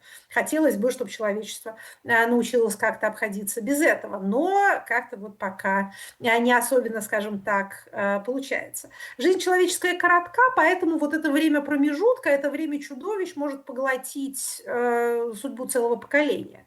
Тем не менее, полезно помнить, что это, еще раз повторю, не есть новый порядок, это не есть новый уклад. Это уродливая демонстрация слома уклада прежнего. Ключевая проблема любых международных отношений, любых международных договоренностей, вот этого самого порядка, основанного на правилах, это проблема энфорсмента. То есть, проще формулируя, что будет тем, кто нарушает правила. Как писал еще Гоббс, в отношениях между людьми война всех против всех, примитивное состояние, естественное состояние, ограничивается появлением Левиафана, появлением централизованного государства, которое монополизирует легальное насилие в своих, даже не руках, у него нет рук, у него много-много щупальцев. Это неприятное существо. Но внутри социума оно ограничивает насилие. Оборотная сторона состоит в том, что, ограничивая насилие, оно монополизирует его, присваивает его себе и тем самым приобретает возможность применять это насилие шире и активнее, чем это может сделать любое частное лицо или группа частных лиц. Но, писал Гоббс, государства и государи между собой ведут себя совершенно так, как вели себя первобытные люди до появления государственности. Кто сильный, тот и прав. Война идет между всеми. Как же прекратить вот это вот хаотическое состояние? Какой тут порядок может быть установлен? Человечество задавалось этим вопросом. Одни ответы носили, скажем так, нормативный характер. Если все будут одной веры, то есть если все будут придерживаться одних и тех же идеалов, то тогда, наверное, государи перестанут воевать между собой, потому что они все будут братья. Следы этого представления мы видим в теории естественного права, когда предполагается, что есть, как сказал Mikhail, вот эти вот врожденные, неотъемлемые права человека, и они универсальны. Эта концепция носит я бы сказала, квазирелигиозный характер, потому что если мы спросим, на каких основаниях зиждется эта естественность, эта врожденность, то мы тут можем либо привести волю Божию в качестве основания, либо некое наше внутреннее чувство, которое говорит нам, что все люди равны и не должны жестоко обращаться друг с другом. Противоположная школа – это школа позитивистская. О ней тоже в предыдущем выступлении шла речь. Она говорит, что правила – это то, о чем договорились. Как внутри каждого социума, так и страны между собой. Договорились мы, что у нас такой обычай. Мы там едим людей по воскресеньям. Если мы здесь большинством согласны, то это наш закон, это теперь наша норма. Это, еще раз повторю, школа позитивизма. Она может показаться привлекательной своим таким поверхностным практицизмом, то есть мы не витаем в облаках, мы не приписываем людям каких-то идеалов, а вот мы, так сказать, фиксируем реальность, какова она есть. Но если мы до конца пойдем в этой позитивистской логике, то мы придем туда, где мы с вами, в общем, в международных отношениях сейчас и оказываемся. В мире, где кто палку взял, тот и капрал, кто сильнее, тот и прав. И твоя территория, твоя собственность, твоя жизнь и твоя свобода является твоей до той поры, пока ты можешь отбиться от соседа. А если нет, то, ну, извини. Это не тот мир, в котором большинство как частных лиц, так и государственных образований хотели бы жить. Была еще одна теория того, как может установиться приемлемый международный мир.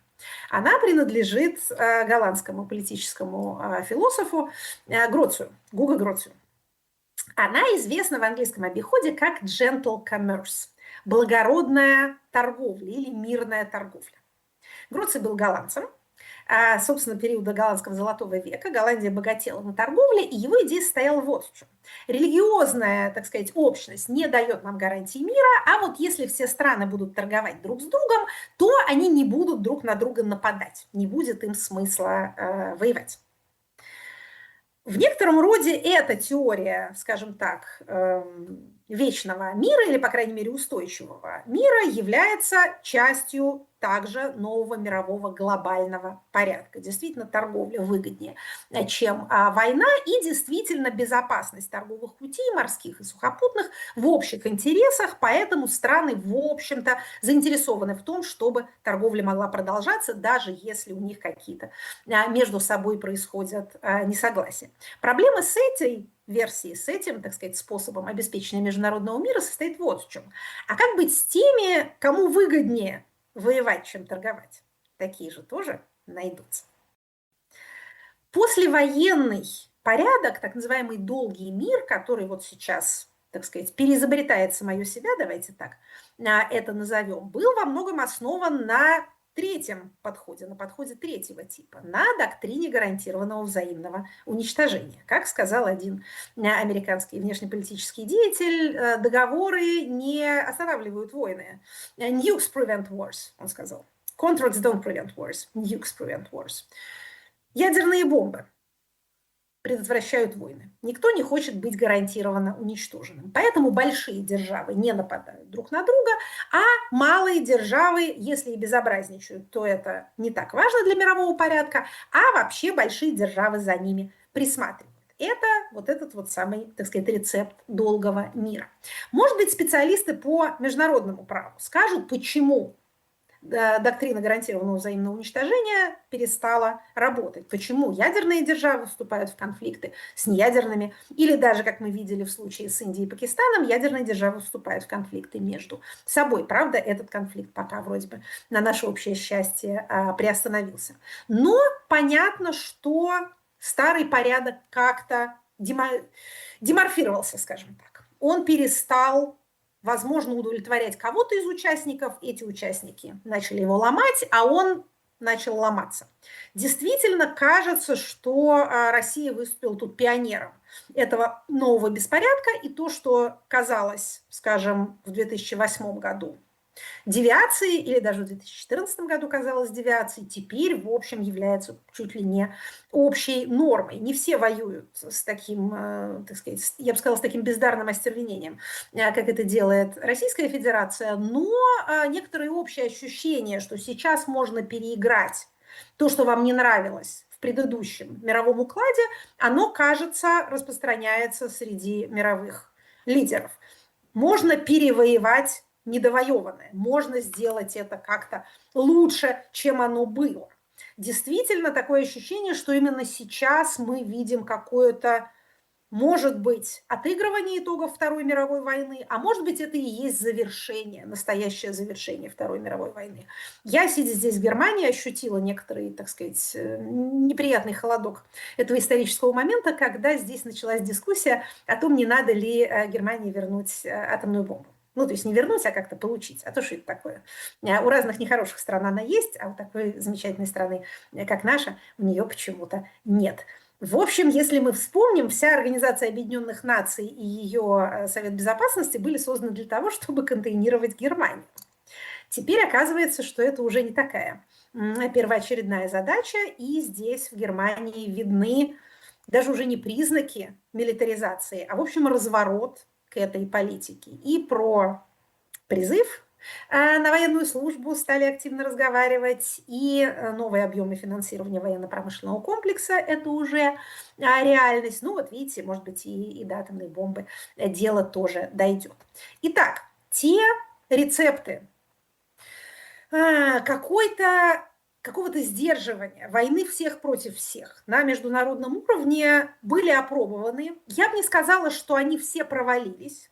Часть каждого из этих ответов мы видим в любом сколько-нибудь устойчивом мировом порядке. И общность ценностей помогает, и наличие торговых связей и коммерческих отношений помогает, и все-таки какая-то превентивная функция у ядерного оружия осталась. Хотя сейчас часто дело выглядит так, что эта превентивная функция состоит в том, что ядерные державы могут делать примерно, что захотят, и, соответственно, все боятся к ним как-то особенно лезть.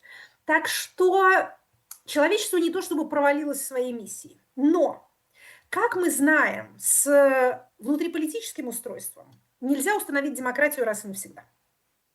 Это довольно печальная истина, которая известна политической науке, поэтому политологи ходят такие и грустные.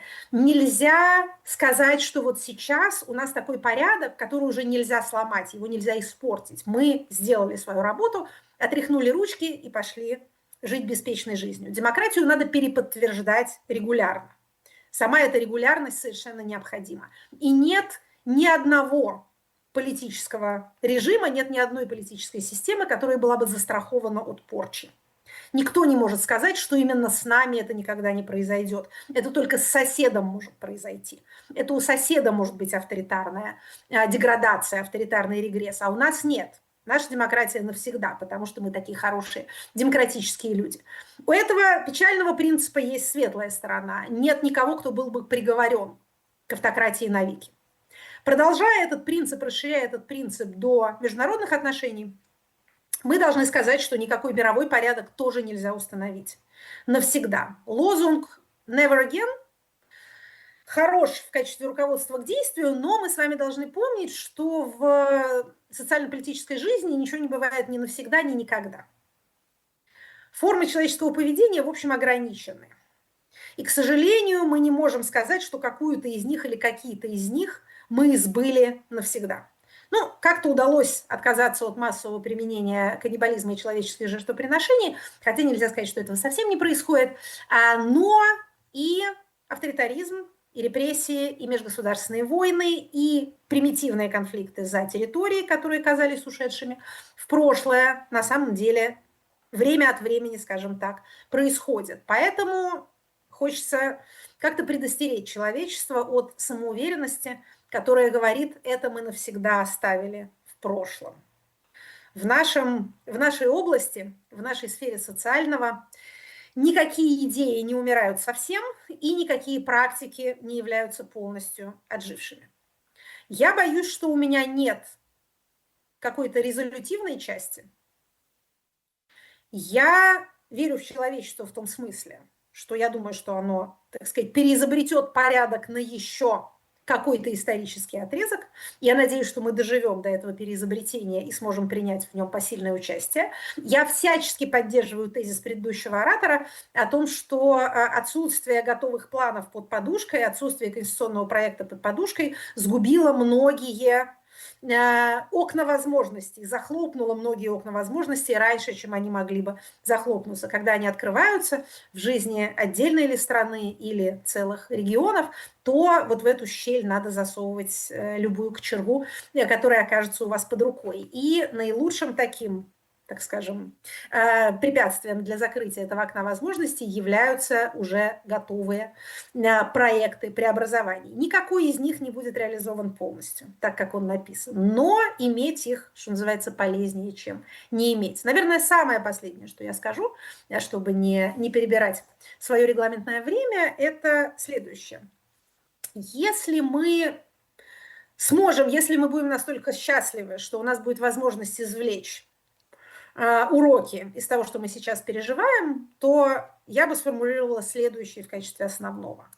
Концентрация власти смертельно опасна. Мне кажется, что человечество находится относительно вот этой материи власти сейчас в том же положении, в каком оно находилось много тысячелетий назад относительно материи огня. Оно знает, что огонь необходим, он полезен, он греет, он готовит еду, он освещает. Он неизвестно откуда берется, кажется, с неба. Его охраняют специальные люди. Мы этим людям передаем сакральный статус.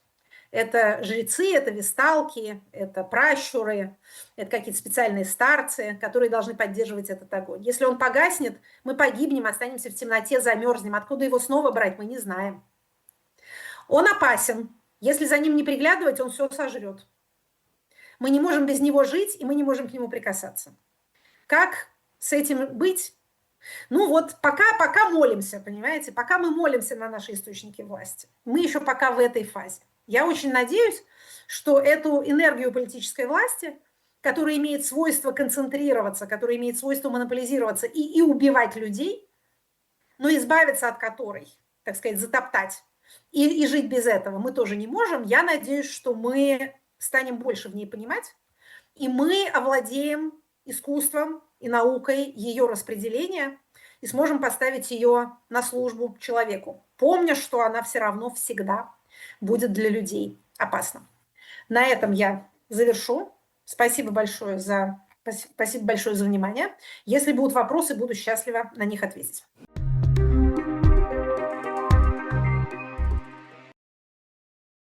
Спасибо огромное любимому эксперту. Вопросы есть уже, нужно их дождаться. У нас еще два выступления. И слово тебе, Марси, как человеку, который посвятил жизнь не только изучению сложной истории Восточной Европы и восстановлению правды, но и человеку, который занимает ультимативную моральную позицию по отношению к собственной стране. Спасибо тебе огромное. Over to you. You can speak English because we have a translation.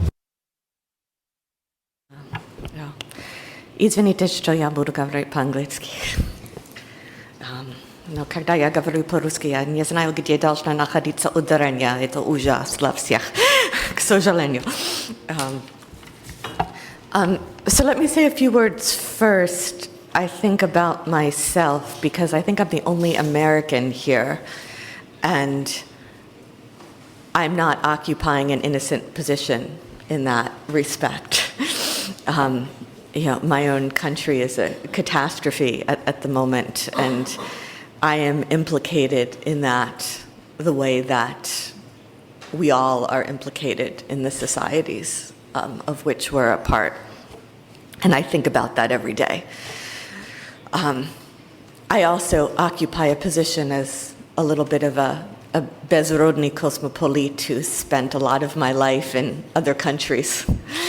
I've spent most of my adult life explaining Eastern Europe to Americans, and now I find myself in the strange position of explaining America to Europeans. Somehow has happened. I have relationships to both Russia and Ukraine. As Ina said, I've been very engaged in Ukraine. I was in Kiev for the last time a few weeks ago. I co-curated the Kiev book arsenal with my friend Oksana Forostina. I haven't been back to Russia since 2016, and I miss it. And I miss speaking Russian. I feel, I both feel that I am in no way in a position of moral superiority vis-a-vis the Russian opposition. I know what it feels like to fight and lose. As I feel at the moment, we've lost in my own country. And I feel guilty about that every day when I see what's happening to other people there who are more vulnerable. I also feel I'm in no position to judge Ukrainians who are going through horrific suffering. So I will just preface my comments with those confessions. Let me start by, I was just in Kiev, and I was talking to my friend Jirko Prohasko, whose youngest son is just about to start university. And his son told him that he wanted to study, Međunarodno pravo, international law. And Jurko said, oh, you want to study something that no longer exists. That's a purely historical topic at the moment. Which is, it's funny, but of course not funny. Mikhail was saying that nam нужна новая стратегия. And that's an understatement. Watching the United Nations in the past 3.5 years since the full-scale invasion, I thought, my God, this organization has become just a symbol of its own impotence. They're unable to enforce anything at all. And then I see these debates about the confiscation of Russian assets and whether those assets can be used to help fund Ukraine or rebuild Ukraine. And suddenly there's enormous concern for international finance law and respect for private property. But there seems to be much less concern about enforcing respect for human beings. And so why do we protect property more than we protect people? We seem to be living in an international system that is fundamentally unable to protect anybody. As Ina said, I work on intellectual history, which means I work a lot on the history of ideas. One of the things I've been very interested in is how these 21st century forms of tyranny are both similar to and different from what we saw in the 20th century. And so I've been very interested in looking at how does a kind of postmodern, post-truth, let's call it neo-fascism, work. And one of the elements of that, which is present, both in my own country, let's call it Trumpism, and in Russia, in Putinism, is something I would call in Russian, since we don't have this word, obnazhenia. And this is, I'm going to betray the fact that I spent a lot of time working on the avant-garde. Obnazhenia was a word that Roman Jakobson liked to use, and Viktor Shklovsky and Klebnikov, the laying bare of the device, obnazhenia prioma, which was very important to the avant-garde. But I'm thinking of it now in a kind of postmodern Sorkovian sense, that all of the ugliness and cruelty and sadism is no longer hidden. It's just laid bare. We see it all every day. After February 24th, 2022, all of these American journalists were asking me, well, you're a historian, so tell me, how is this different from the Second World War? And I said, well, among other things, there's the internet. We're watching this all in real time. We all know what's happening. Imagine we had a live stream into the gas chambers. You know, as a historian, I think about what the Polish underground courier Jan Karski went through to bring news to the Western allies of the Holocaust.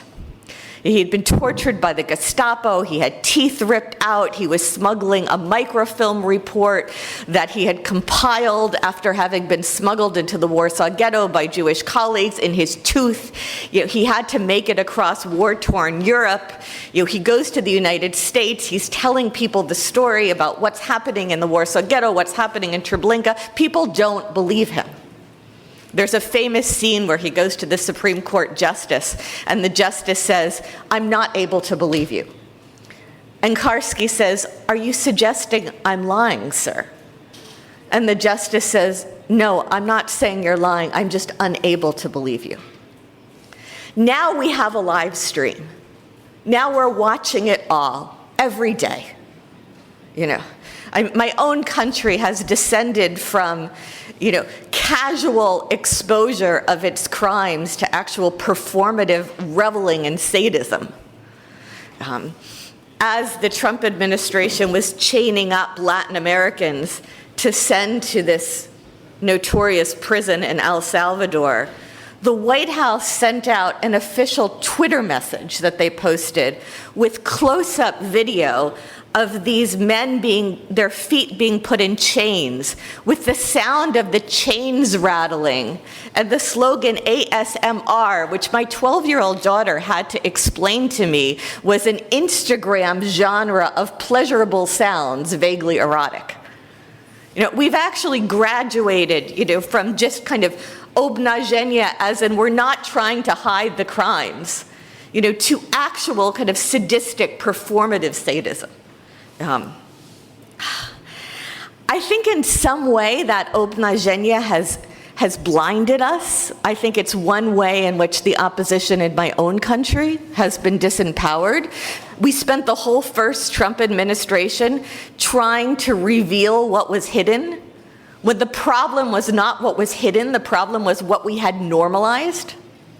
And I'm thinking now of Viktor Shklovsky and Ostranienia, for those of you who studied some literary theory. And Shklovsky had this idea that the point of poetic language was to make things seem strange and thereby shake us from what he called uznawania into widzenia. He said this, like, we become habituated to the world. You know, we recognize things, uznawania, but we're not really seeing them because they're normal to us. It's only when something is not normal, when something is made strange, when something is defamiliarized. This is ostranienia, sometimes gets translated as defamiliarization, sometimes as estrangement, that we're shaken into seeing it. And I think this obnażenie has had this effect on both sides of the Atlantic of putting us into this trance-like state of uznawania and not widzenia, that we're somehow not really seeing what's right in front of us. And we somehow need to be shaken. Everybody needs to be shaken into actually seeing what we're seeing. Okay, let me make a few more points, maybe in no particular order. I was thinking also for this panel of Kant. I teach Kant. I'm going to go into my college professor mode here now. I teach Kant. Leszek Kołakowski, the great Polish philosopher, has a famous essay called Why We Need Kant, which goes back to precisely to Yura and Lena's point about universalism.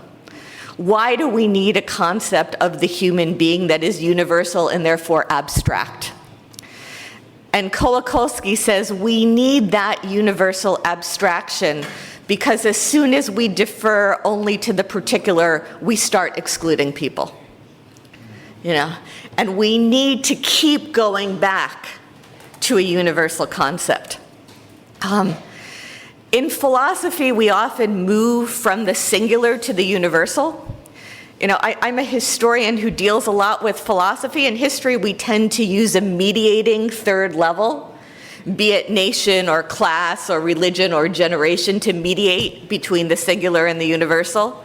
We also use categories: fascism, genocide, concentration camps, imperialism, totalitarianism, autocracy. These categories that mediate between the singular and the universal, because no two situations are ever exactly alike. But it's also the case that without concepts, we're unable to process the infinite particularity of all our perceptions. Kant has this famous idea that concepts without intuitions are empty, and intuitions without concepts are blind. So we're always working on some mediating term between the singular and the universal. And I'm very, as a безродный cosmopolite who's always felt a bit alienated from my own country as well, I'm very sympathetic and always kind of inclined to go back to Kant and go back to this universalism, which has been a very tense thing in the war in Ukraine. Because understandably, people feel the particularity of their suffering, you know, which is, as my very favorite philosopher Lev Shestov would say, like, there is something infinitely irreducible about every act of individual suffering that cannot be subladen or aufgehoben, as Hegel would say, into some higher purpose, and has to be recognized in its particularity. But I would also say that if we're going to brainstorm any way to get back to a universal concept of human rights, there needs to be a way to abstract from the particular to the universal. One of the concepts I take from philosophers of language is this idea of not at issue content, which is the premise of a statement that is not the actual argument that's being made. So for instance, when Trump was running around saying, you know, crooked Hillary, you know, stole these emails, the claim is, you know, she did this with her emails. But the fact that she is crooked, that she is dishonest, has already been smuggled into the sentence as the not at issue content. And one of the things I saw at the beginning of the war in Ukraine was Russians saying, you know, we're here to save the Russian speakers. And then everybody stopped speaking Russian, saying, no, we're not Russian speakers, we're Ukrainian speakers. And that's fine, but you've accepted the not at issue content, which is that if you're a Russian speaker, then it's justifiable that we're here to occupy you, which is exactly the premise you don't want to accept. You don't want to accept that that there's any possible reason that justifies showing up and killing people. The other thing I would say about that is I'm one of the people, especially in the States, who's been very involved in the promotion, you know, and the education about Ukrainian literature. And I love Ukrainian literature, and I've done some translation, and I've written a lot about Ukrainian writers, and I think Serhiy Zhadan should get the Nobel Prize for literature. And I love writing about literature. But I worry sometimes that the argument then is that we have a great literary culture that is just as good as, if not better, at Russian literary culture, therefore our children should not be buried under rubble. No, your children should not be buried under rubble because no child should ever be buried under rubble. And any argument that ever makes human rights contingent upon cultural accomplishments is a moral trap. Yeah. There has to be a distinction between the a priori and the a posteriori. I would love to spend the rest of my life writing about literature. I would rather just, you know, I don't really want to write about children being buried under rubble. I mean, this has made me, you know, insane. And it makes, of course, the Ukrainians who are living it every day, you know, even more insane. It's hell. But the first priority has to be that human rights are a priori non-contingent, not dependent on cultural accomplishments or language or anything else. No child should ever be buried under rubble, and if there's going to be an international order, an international law, it should start there. It should start there that some things should never ever happen, regardless. And that's what we seem to be totally impotent at doing as a society. We seem to be totally unable to protect these children. Okay, let me say just a couple more things about transitional justice, about which I'm not an expert at all.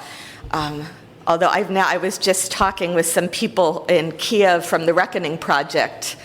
My friend Natalka Gumanyuk, who is just a force of nature and one of the great women of the 21st century, who is optimistic about it, about the war crimes research, about the trials. Janine Di Giovanni, who has headed up the Reckoning Project, who really does believe that we're going to get these guys eventually. We're going to get Putin in The Hague. You know, and she keeps telling me, remember, Marci, eventually we got Milosevic. Eventually we got him. You know, and I keep thinking, but justice in that sense is like meaning for Hegel. It always comes too late. Right? It's the owl of Minerva that spreads its wings only with the falling of the dusk. You know, they got Milosevic when, you know, after these horrific massacres had taken place, after Srebrenica, when all these people are dead, you know, then you kind of get some belated justice. And so it's of course better than nothing, but it still feels unsatisfying. Like, why can't you get them now? Why are we unable to move now? The Germans have this concept for reparations, which have been going on for a very long time. Wiedergutmachen, to make good again.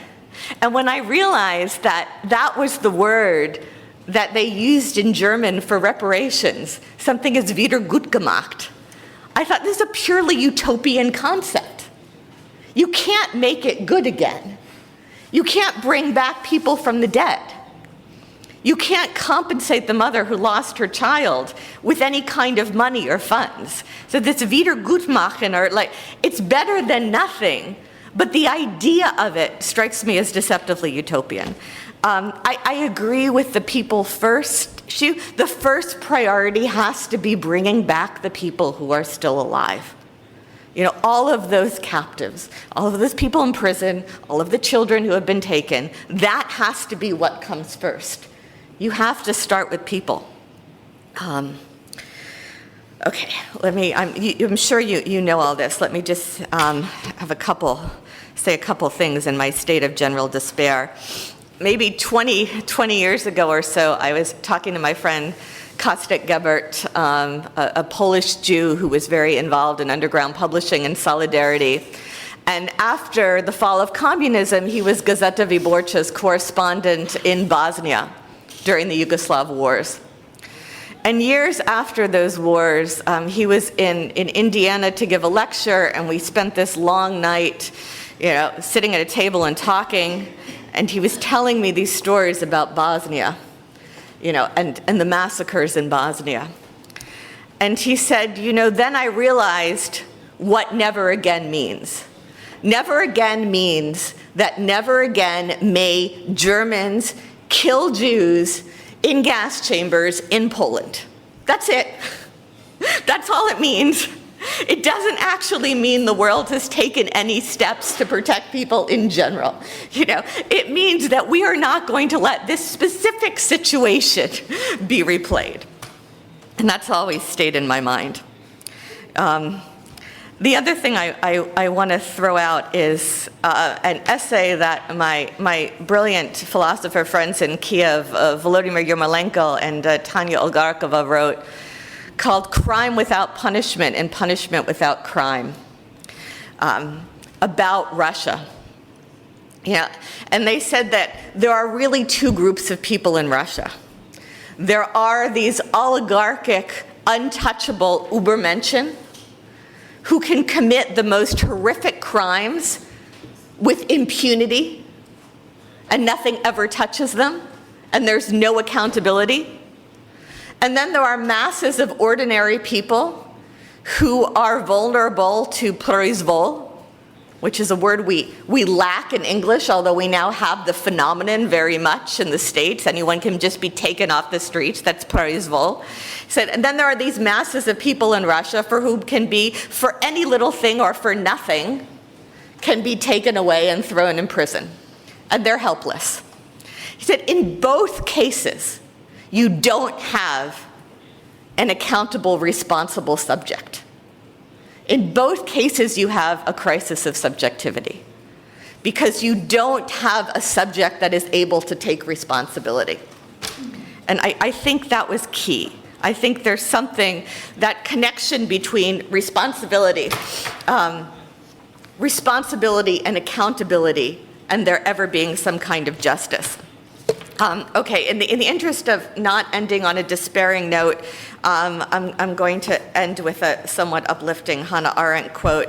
So I had posted on Twitter a couple days ago a Hannah Arendt quote saying, "The death of human empathy is one of the earliest and most telling signs of a culture about to fall into barbarism." And my Ukrainian friend Stanislav Aseyev, who survived 2.5 years in Izolatia, and survived the front. He tweeted back, he said, that about the culture about to fall into barbarism. He said, "True, but as my philosophy professor says, it's too late, it's over." And then I wrote back, I said, okay, so I can only offer you one more Arendt quote, a little bit more hopeful. And she says, in Eichmann in Jerusalem, "Under conditions of terror, most people will comply, but some people will not. Humanly speaking," Arendt says, "no more is required and no more can reasonably be asked for this planet to remain a place fit for human habitation." Thank you.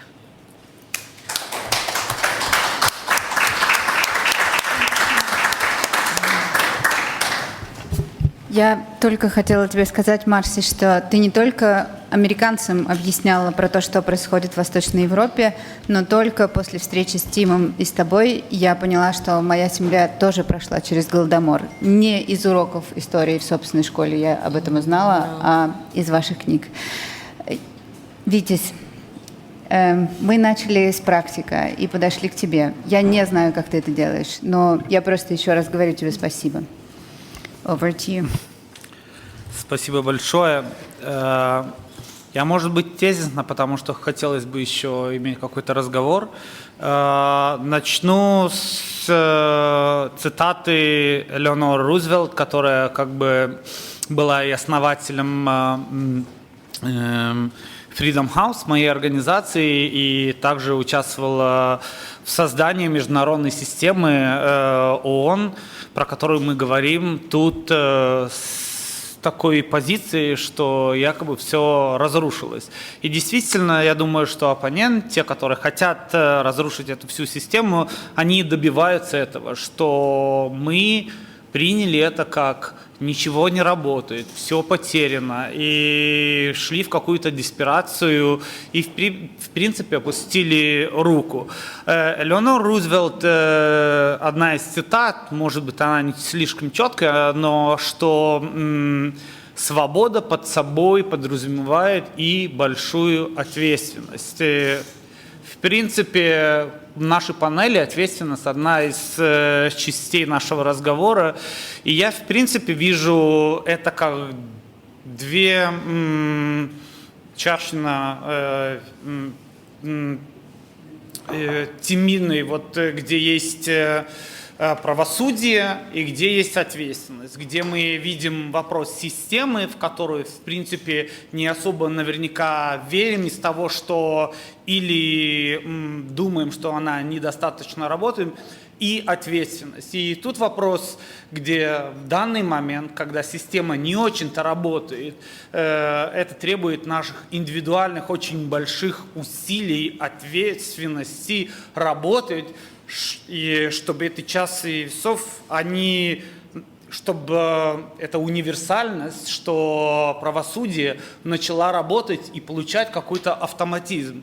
но это не будет работать автоматично, если наших усилий индивидуальных не будет работать.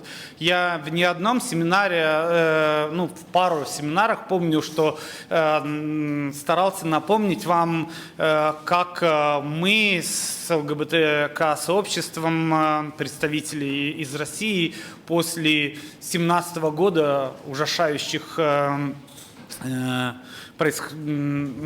вещей в Чечне, приходили к дипломатам в ОБСЕ и говорили про московский механизм. И многие дипломаты говорили, а что это такое, а как это работает? И так, боже мой, так же вы работаете в ОБСЕ, не мы. И и мы объясняли. То есть часть того, что система не работает, это наша ответственность, потому что мы рутинизировали это, мы начали думать, что это автоматически как-то работает, и потеряли, какое-то там желание, стремление использовать все инструменты, которые работают.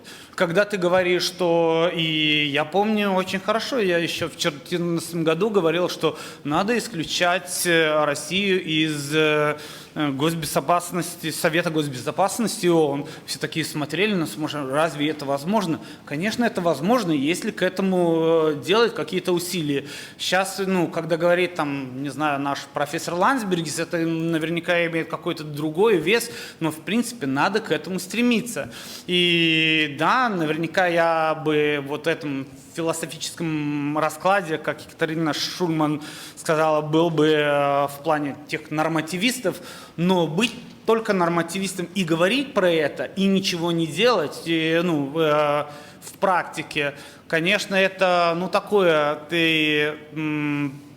оно не дает какие-то плоды. Я думаю, что часть правозащитной проблемы правозащитного сообщества, что мы как-то нырнули очень в конференции, в какие-то семинары, где обсуждаем, а дело в практике, как оживить эти инструменты, я думаю, что только в последнее время, когда сталкиваемся с этим ужасом, что происходит в Украине, мы в то направление как-то стараемся двигаться. И в этом плане, когда говорит, что ничего невозможно, я, конечно, могу привести пример маленькой страны Литвы. Я очень горжусь, что в отличие от многих других стран, которые жмут руки демократам, правозащитникам и так далее, мы подали суд, Международный уголовный суд, и Лукашенко по поводу репрессий, и по инструментализированной миграции и так далее. И, в принципе, тут для других стран ничего больше не стоит, просто присоединиться к этому. А если кому-то не нравится, что по этому конкретному вопросу есть куча других вопросов, нужно международное право ввести в практику. Я помню, когда я 20 лет тому назад, а то и больше, приходил в один такой подготовку для международных миссий людей. Там был колумбийский профессор, где сказал, что если кто-то хочет сказать, что международное право не работает, I respect that, я это поддерживаю, можете уходить из класса. То есть это не новость для нас, что что-то в международном праве, но я думаю, не работает. Но проблема в том, что я вижу все больше и больше людей, которые из-за всего ужаса, из-за всей эмоциональной составляющей, они в принципе говорят, давайте, если это не работает, ничего нельзя поделать. И вопрос, мы можем восстанавливать, что-то выстраивать новое, да, но вопрос, нужен конкретный план, что, где, когда. И мы это тоже проходили. После Первой мировой войны это тоже происходили. И вопрос, надо ли бесконечно изобретать велосипед или открывать какую-то новую Америку, или все-таки использовать то, что я бы сказал, что это требует наших больших усилий. Первым делом сражаться с том эмоциональной того, что ничего не работает, а скрипя зубами идти и сделать то, или стараться сделать то, что это работало. по конкретным случаям, по конкретным странам. И, ну, то есть мы можем сказать, что всех распустить, и я уверен, что были бы страны авторитарные, которые только бы этого и хотели, чтобы всех распустить, расходимся, и тогда только как бы сила, необсчитанные деньги правляет миром, да? А наша ответственность, если мы говорим про ответственность, сделать то, чтобы, по крайней мере, какие-то части работали, активизировать какие-то там статуты, артикулы, кейсы. И я понимаю, что я в предыдущем вашем семинаре вызвал некое раздражение, что мы, конечно, не можем возразить всю систему заново во всех континентах, потому что ужасов везде, и химическое оружие в Сирии, и так далее, и так далее. Но с чего-то надо начать. И мне кажется, вот так как здесь мы в этой комнате наиболее связаны с этим регионом, я думаю, что должны сделать все усилия, показывая, что кое-что может работать, если проявлять политическую волю. И в этом плане как бы brick by brick, то есть кирпич за кирпичом, выстраивать то, что кто-то старается разрушить. Вот, в принципе, все. Спасибо.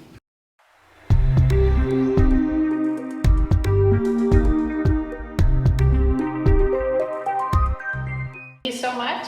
And thank you very much for the invitation. I'm really honored, and I'm only sad that I cannot be with you in the room. So I hope next time we can organize this in a more efficient way. So thank you very much for the opportunity to speak here.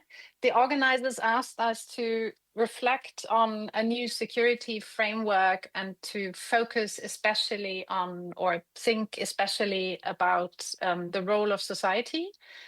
And so what I thought I would do is to approach this from, and maybe this is also useful to set the stage for the discussion, to approach this from a more theoretical perspective and take a look at the views that exist in international relations theory on the role of states and societies in international relations. So in the first part of my short presentation, I thought I focus a little bit on various international relations theories, because I mean, the research on international relations and theories of international relations are always also about security and war and peace between states and societies. So I will just list a few theories and look at them, especially from this perspective. So what is the role of states? What is the role of societies? And the first theory that I would like to mention is realism. Most of you will have heard of it. It's a theoretical framework that views the international system as anarchic and emphasizes the role of states as primary actors. States are driven by national interests and the pursuit of power and security. So realism assumes that conflict is inherent in international politics, is inevitable, and that states must rely on self-help to ensure their own survival. And often this means that states prioritize security and military capabilities over moral, for instance, or ideological or ideational concerns. Now, key thinkers, realist thinkers are, and this goes far back to Thucydides, Machiavelli, and Thomas Hobbes in previous centuries and millennia, actually, and modern scholars like Hans Morgenthau, Kenneth Walls, and John Mearsheimer. So realism, I think you already see that, doesn't really ascribe society much of a role in international relations. It's really very state-centered. The next theory that I would like to mention is liberalism.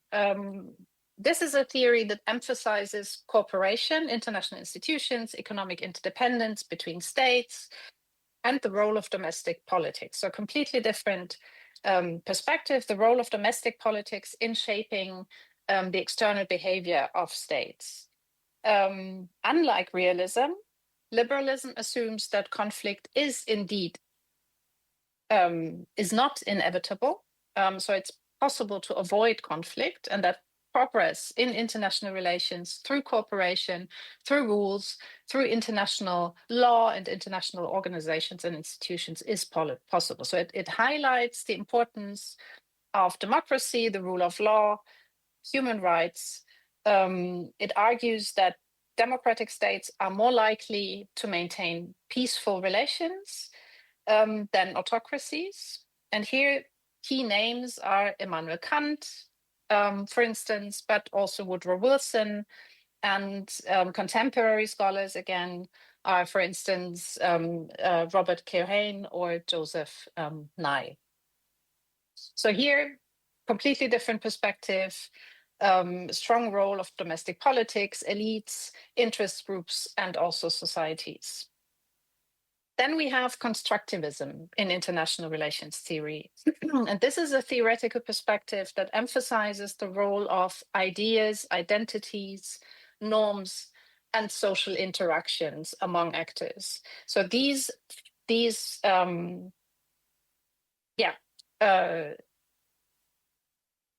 phenomena shape state behavior in the international system.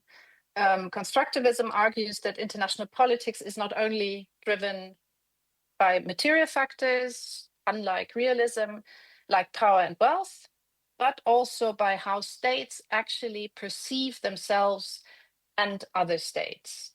It also believes that state interests are not fixed, but that they are socially constructed. So they emerge from discourses, they emerge from society's understandings of themselves, of others, etc.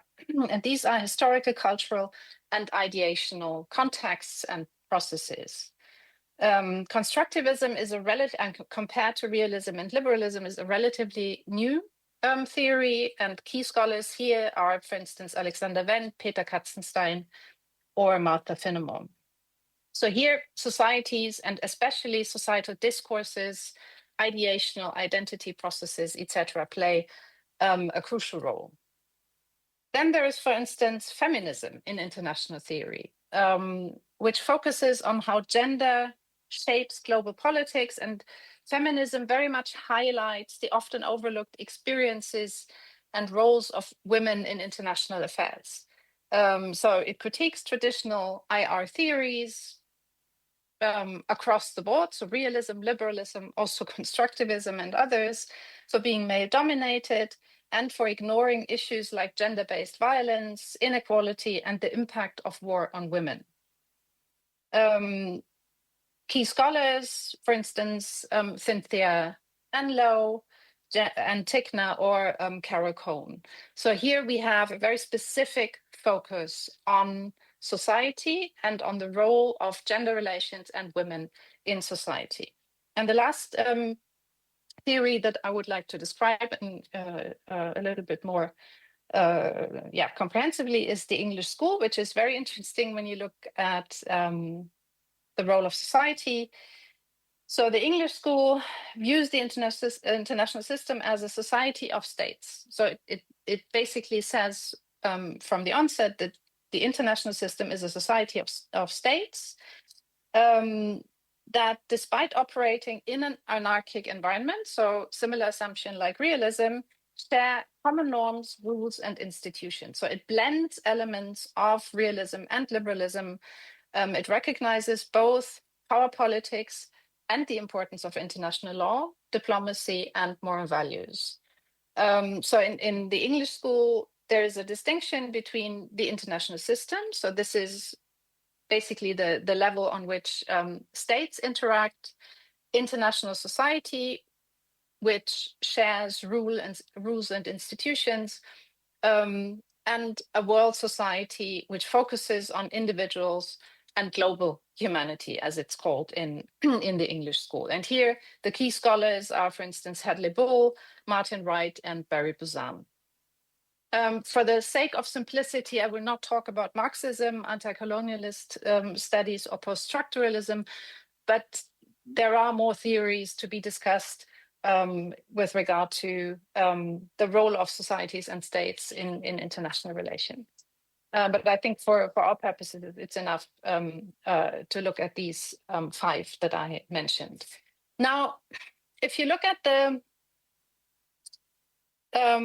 so you can see that there are actually many theories that consider society to be an important factor in international relations, and only one that explicitly doesn't, and that is realism. At the same time, realism has always been a very strong school of thought in international relations theory, and during many historical periods, it was the predominant view of international relations. And if you look at the second half of the 20th century, you can actually see how the debate about international relations and international relations theory went through different stages, and that these stages and the state of the debate on international theory was very much shaped by the state of international relations as itself. So it's international relations theory and the way we understand international relations is always also a reflection of what is going on around us. Now, if you look at the first decade or 2 decades after the Second World War, realism was very dominant in the debate about international relations. The détente processes in the 1960s and 1970s strengthened liberalism. So liberalism became stronger during those years. And from that moment on, I would say that realism and liberalism actually coexisted as the 2 dominant schools of thought in international relations until the end of the Cold War.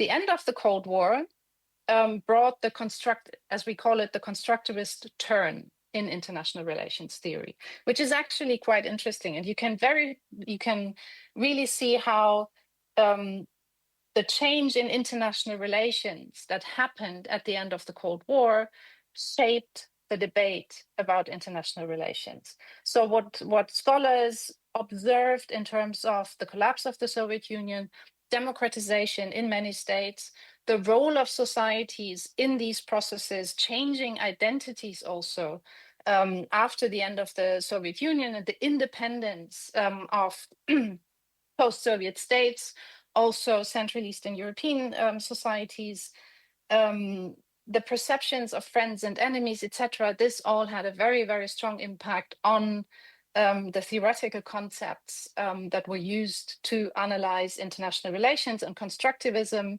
but also liberalism became very, very strong schools of thoughts in those years. And the assumptions of realism were actually very fundamentally questioned during that period. So that was in the 1990s and 2000s. And then over the past, I would say 10 to 15 years, realism, I think we have to say realism re-emerged, so to speak, as the predominant framework for the interpretation of international relations.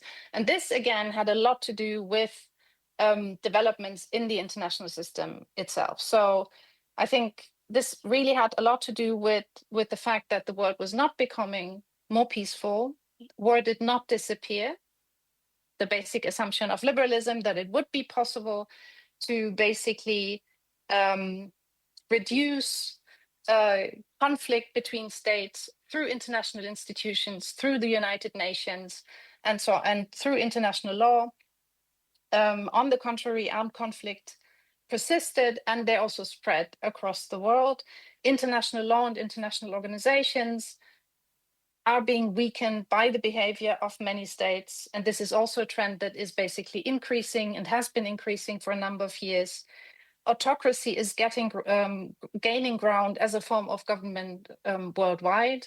If you look at the VDEM, the Variety of Democracy reports of the past few years, you see that the majority of the world population now lives under autocratic rule. So here we have the reversal of the trend that we saw in the 1990s. And there is also there are very strong democratic backsliding trends in Western democracies as well. And I think Donald Trump the second Trump administration is a very strong indication of this. So these domestic trends, of course, also have an impact on the foreign policy behavior of states that is basically becoming more assertive and also more aggressive. And they clearly do not favor the role of society and also civil society in external relations and in international relations. Now, and this is my last point, if we look at Russia's war against Ukraine, I think this is really both an expression of the trends that I've just described and also a showcase of the clash between two different societal models. I mean, we have Russia on the one hand, a chauvinistic autocracy that is waging war against a war of aggression against the neighboring states. If you look at the role of Russian society, it is very much marginalized, fragmented, and atomized. There is very little resistance and also very little impact or no impact, actually, of the society on the policies, the aggressive policies of the Russian regime. And by the way, you will probably not be surprised, but the Russian understanding, the understanding of the Russian political elite and the Russian regime of international relations resembles very much the school of thought of realism that I have described at the beginning. So this Russian idea of multipolarity, of a handful of great powers with strong military might that dominate the international system, the belief that conflict and war are inevitable features of international relations, and power as the core determinant for a state's position in the international system. You can find all these features in the Russian understanding of international relations, and they're very close to many aspects of the theoretical school of realism. On the other hand, we have Ukraine, which represents a totally different model.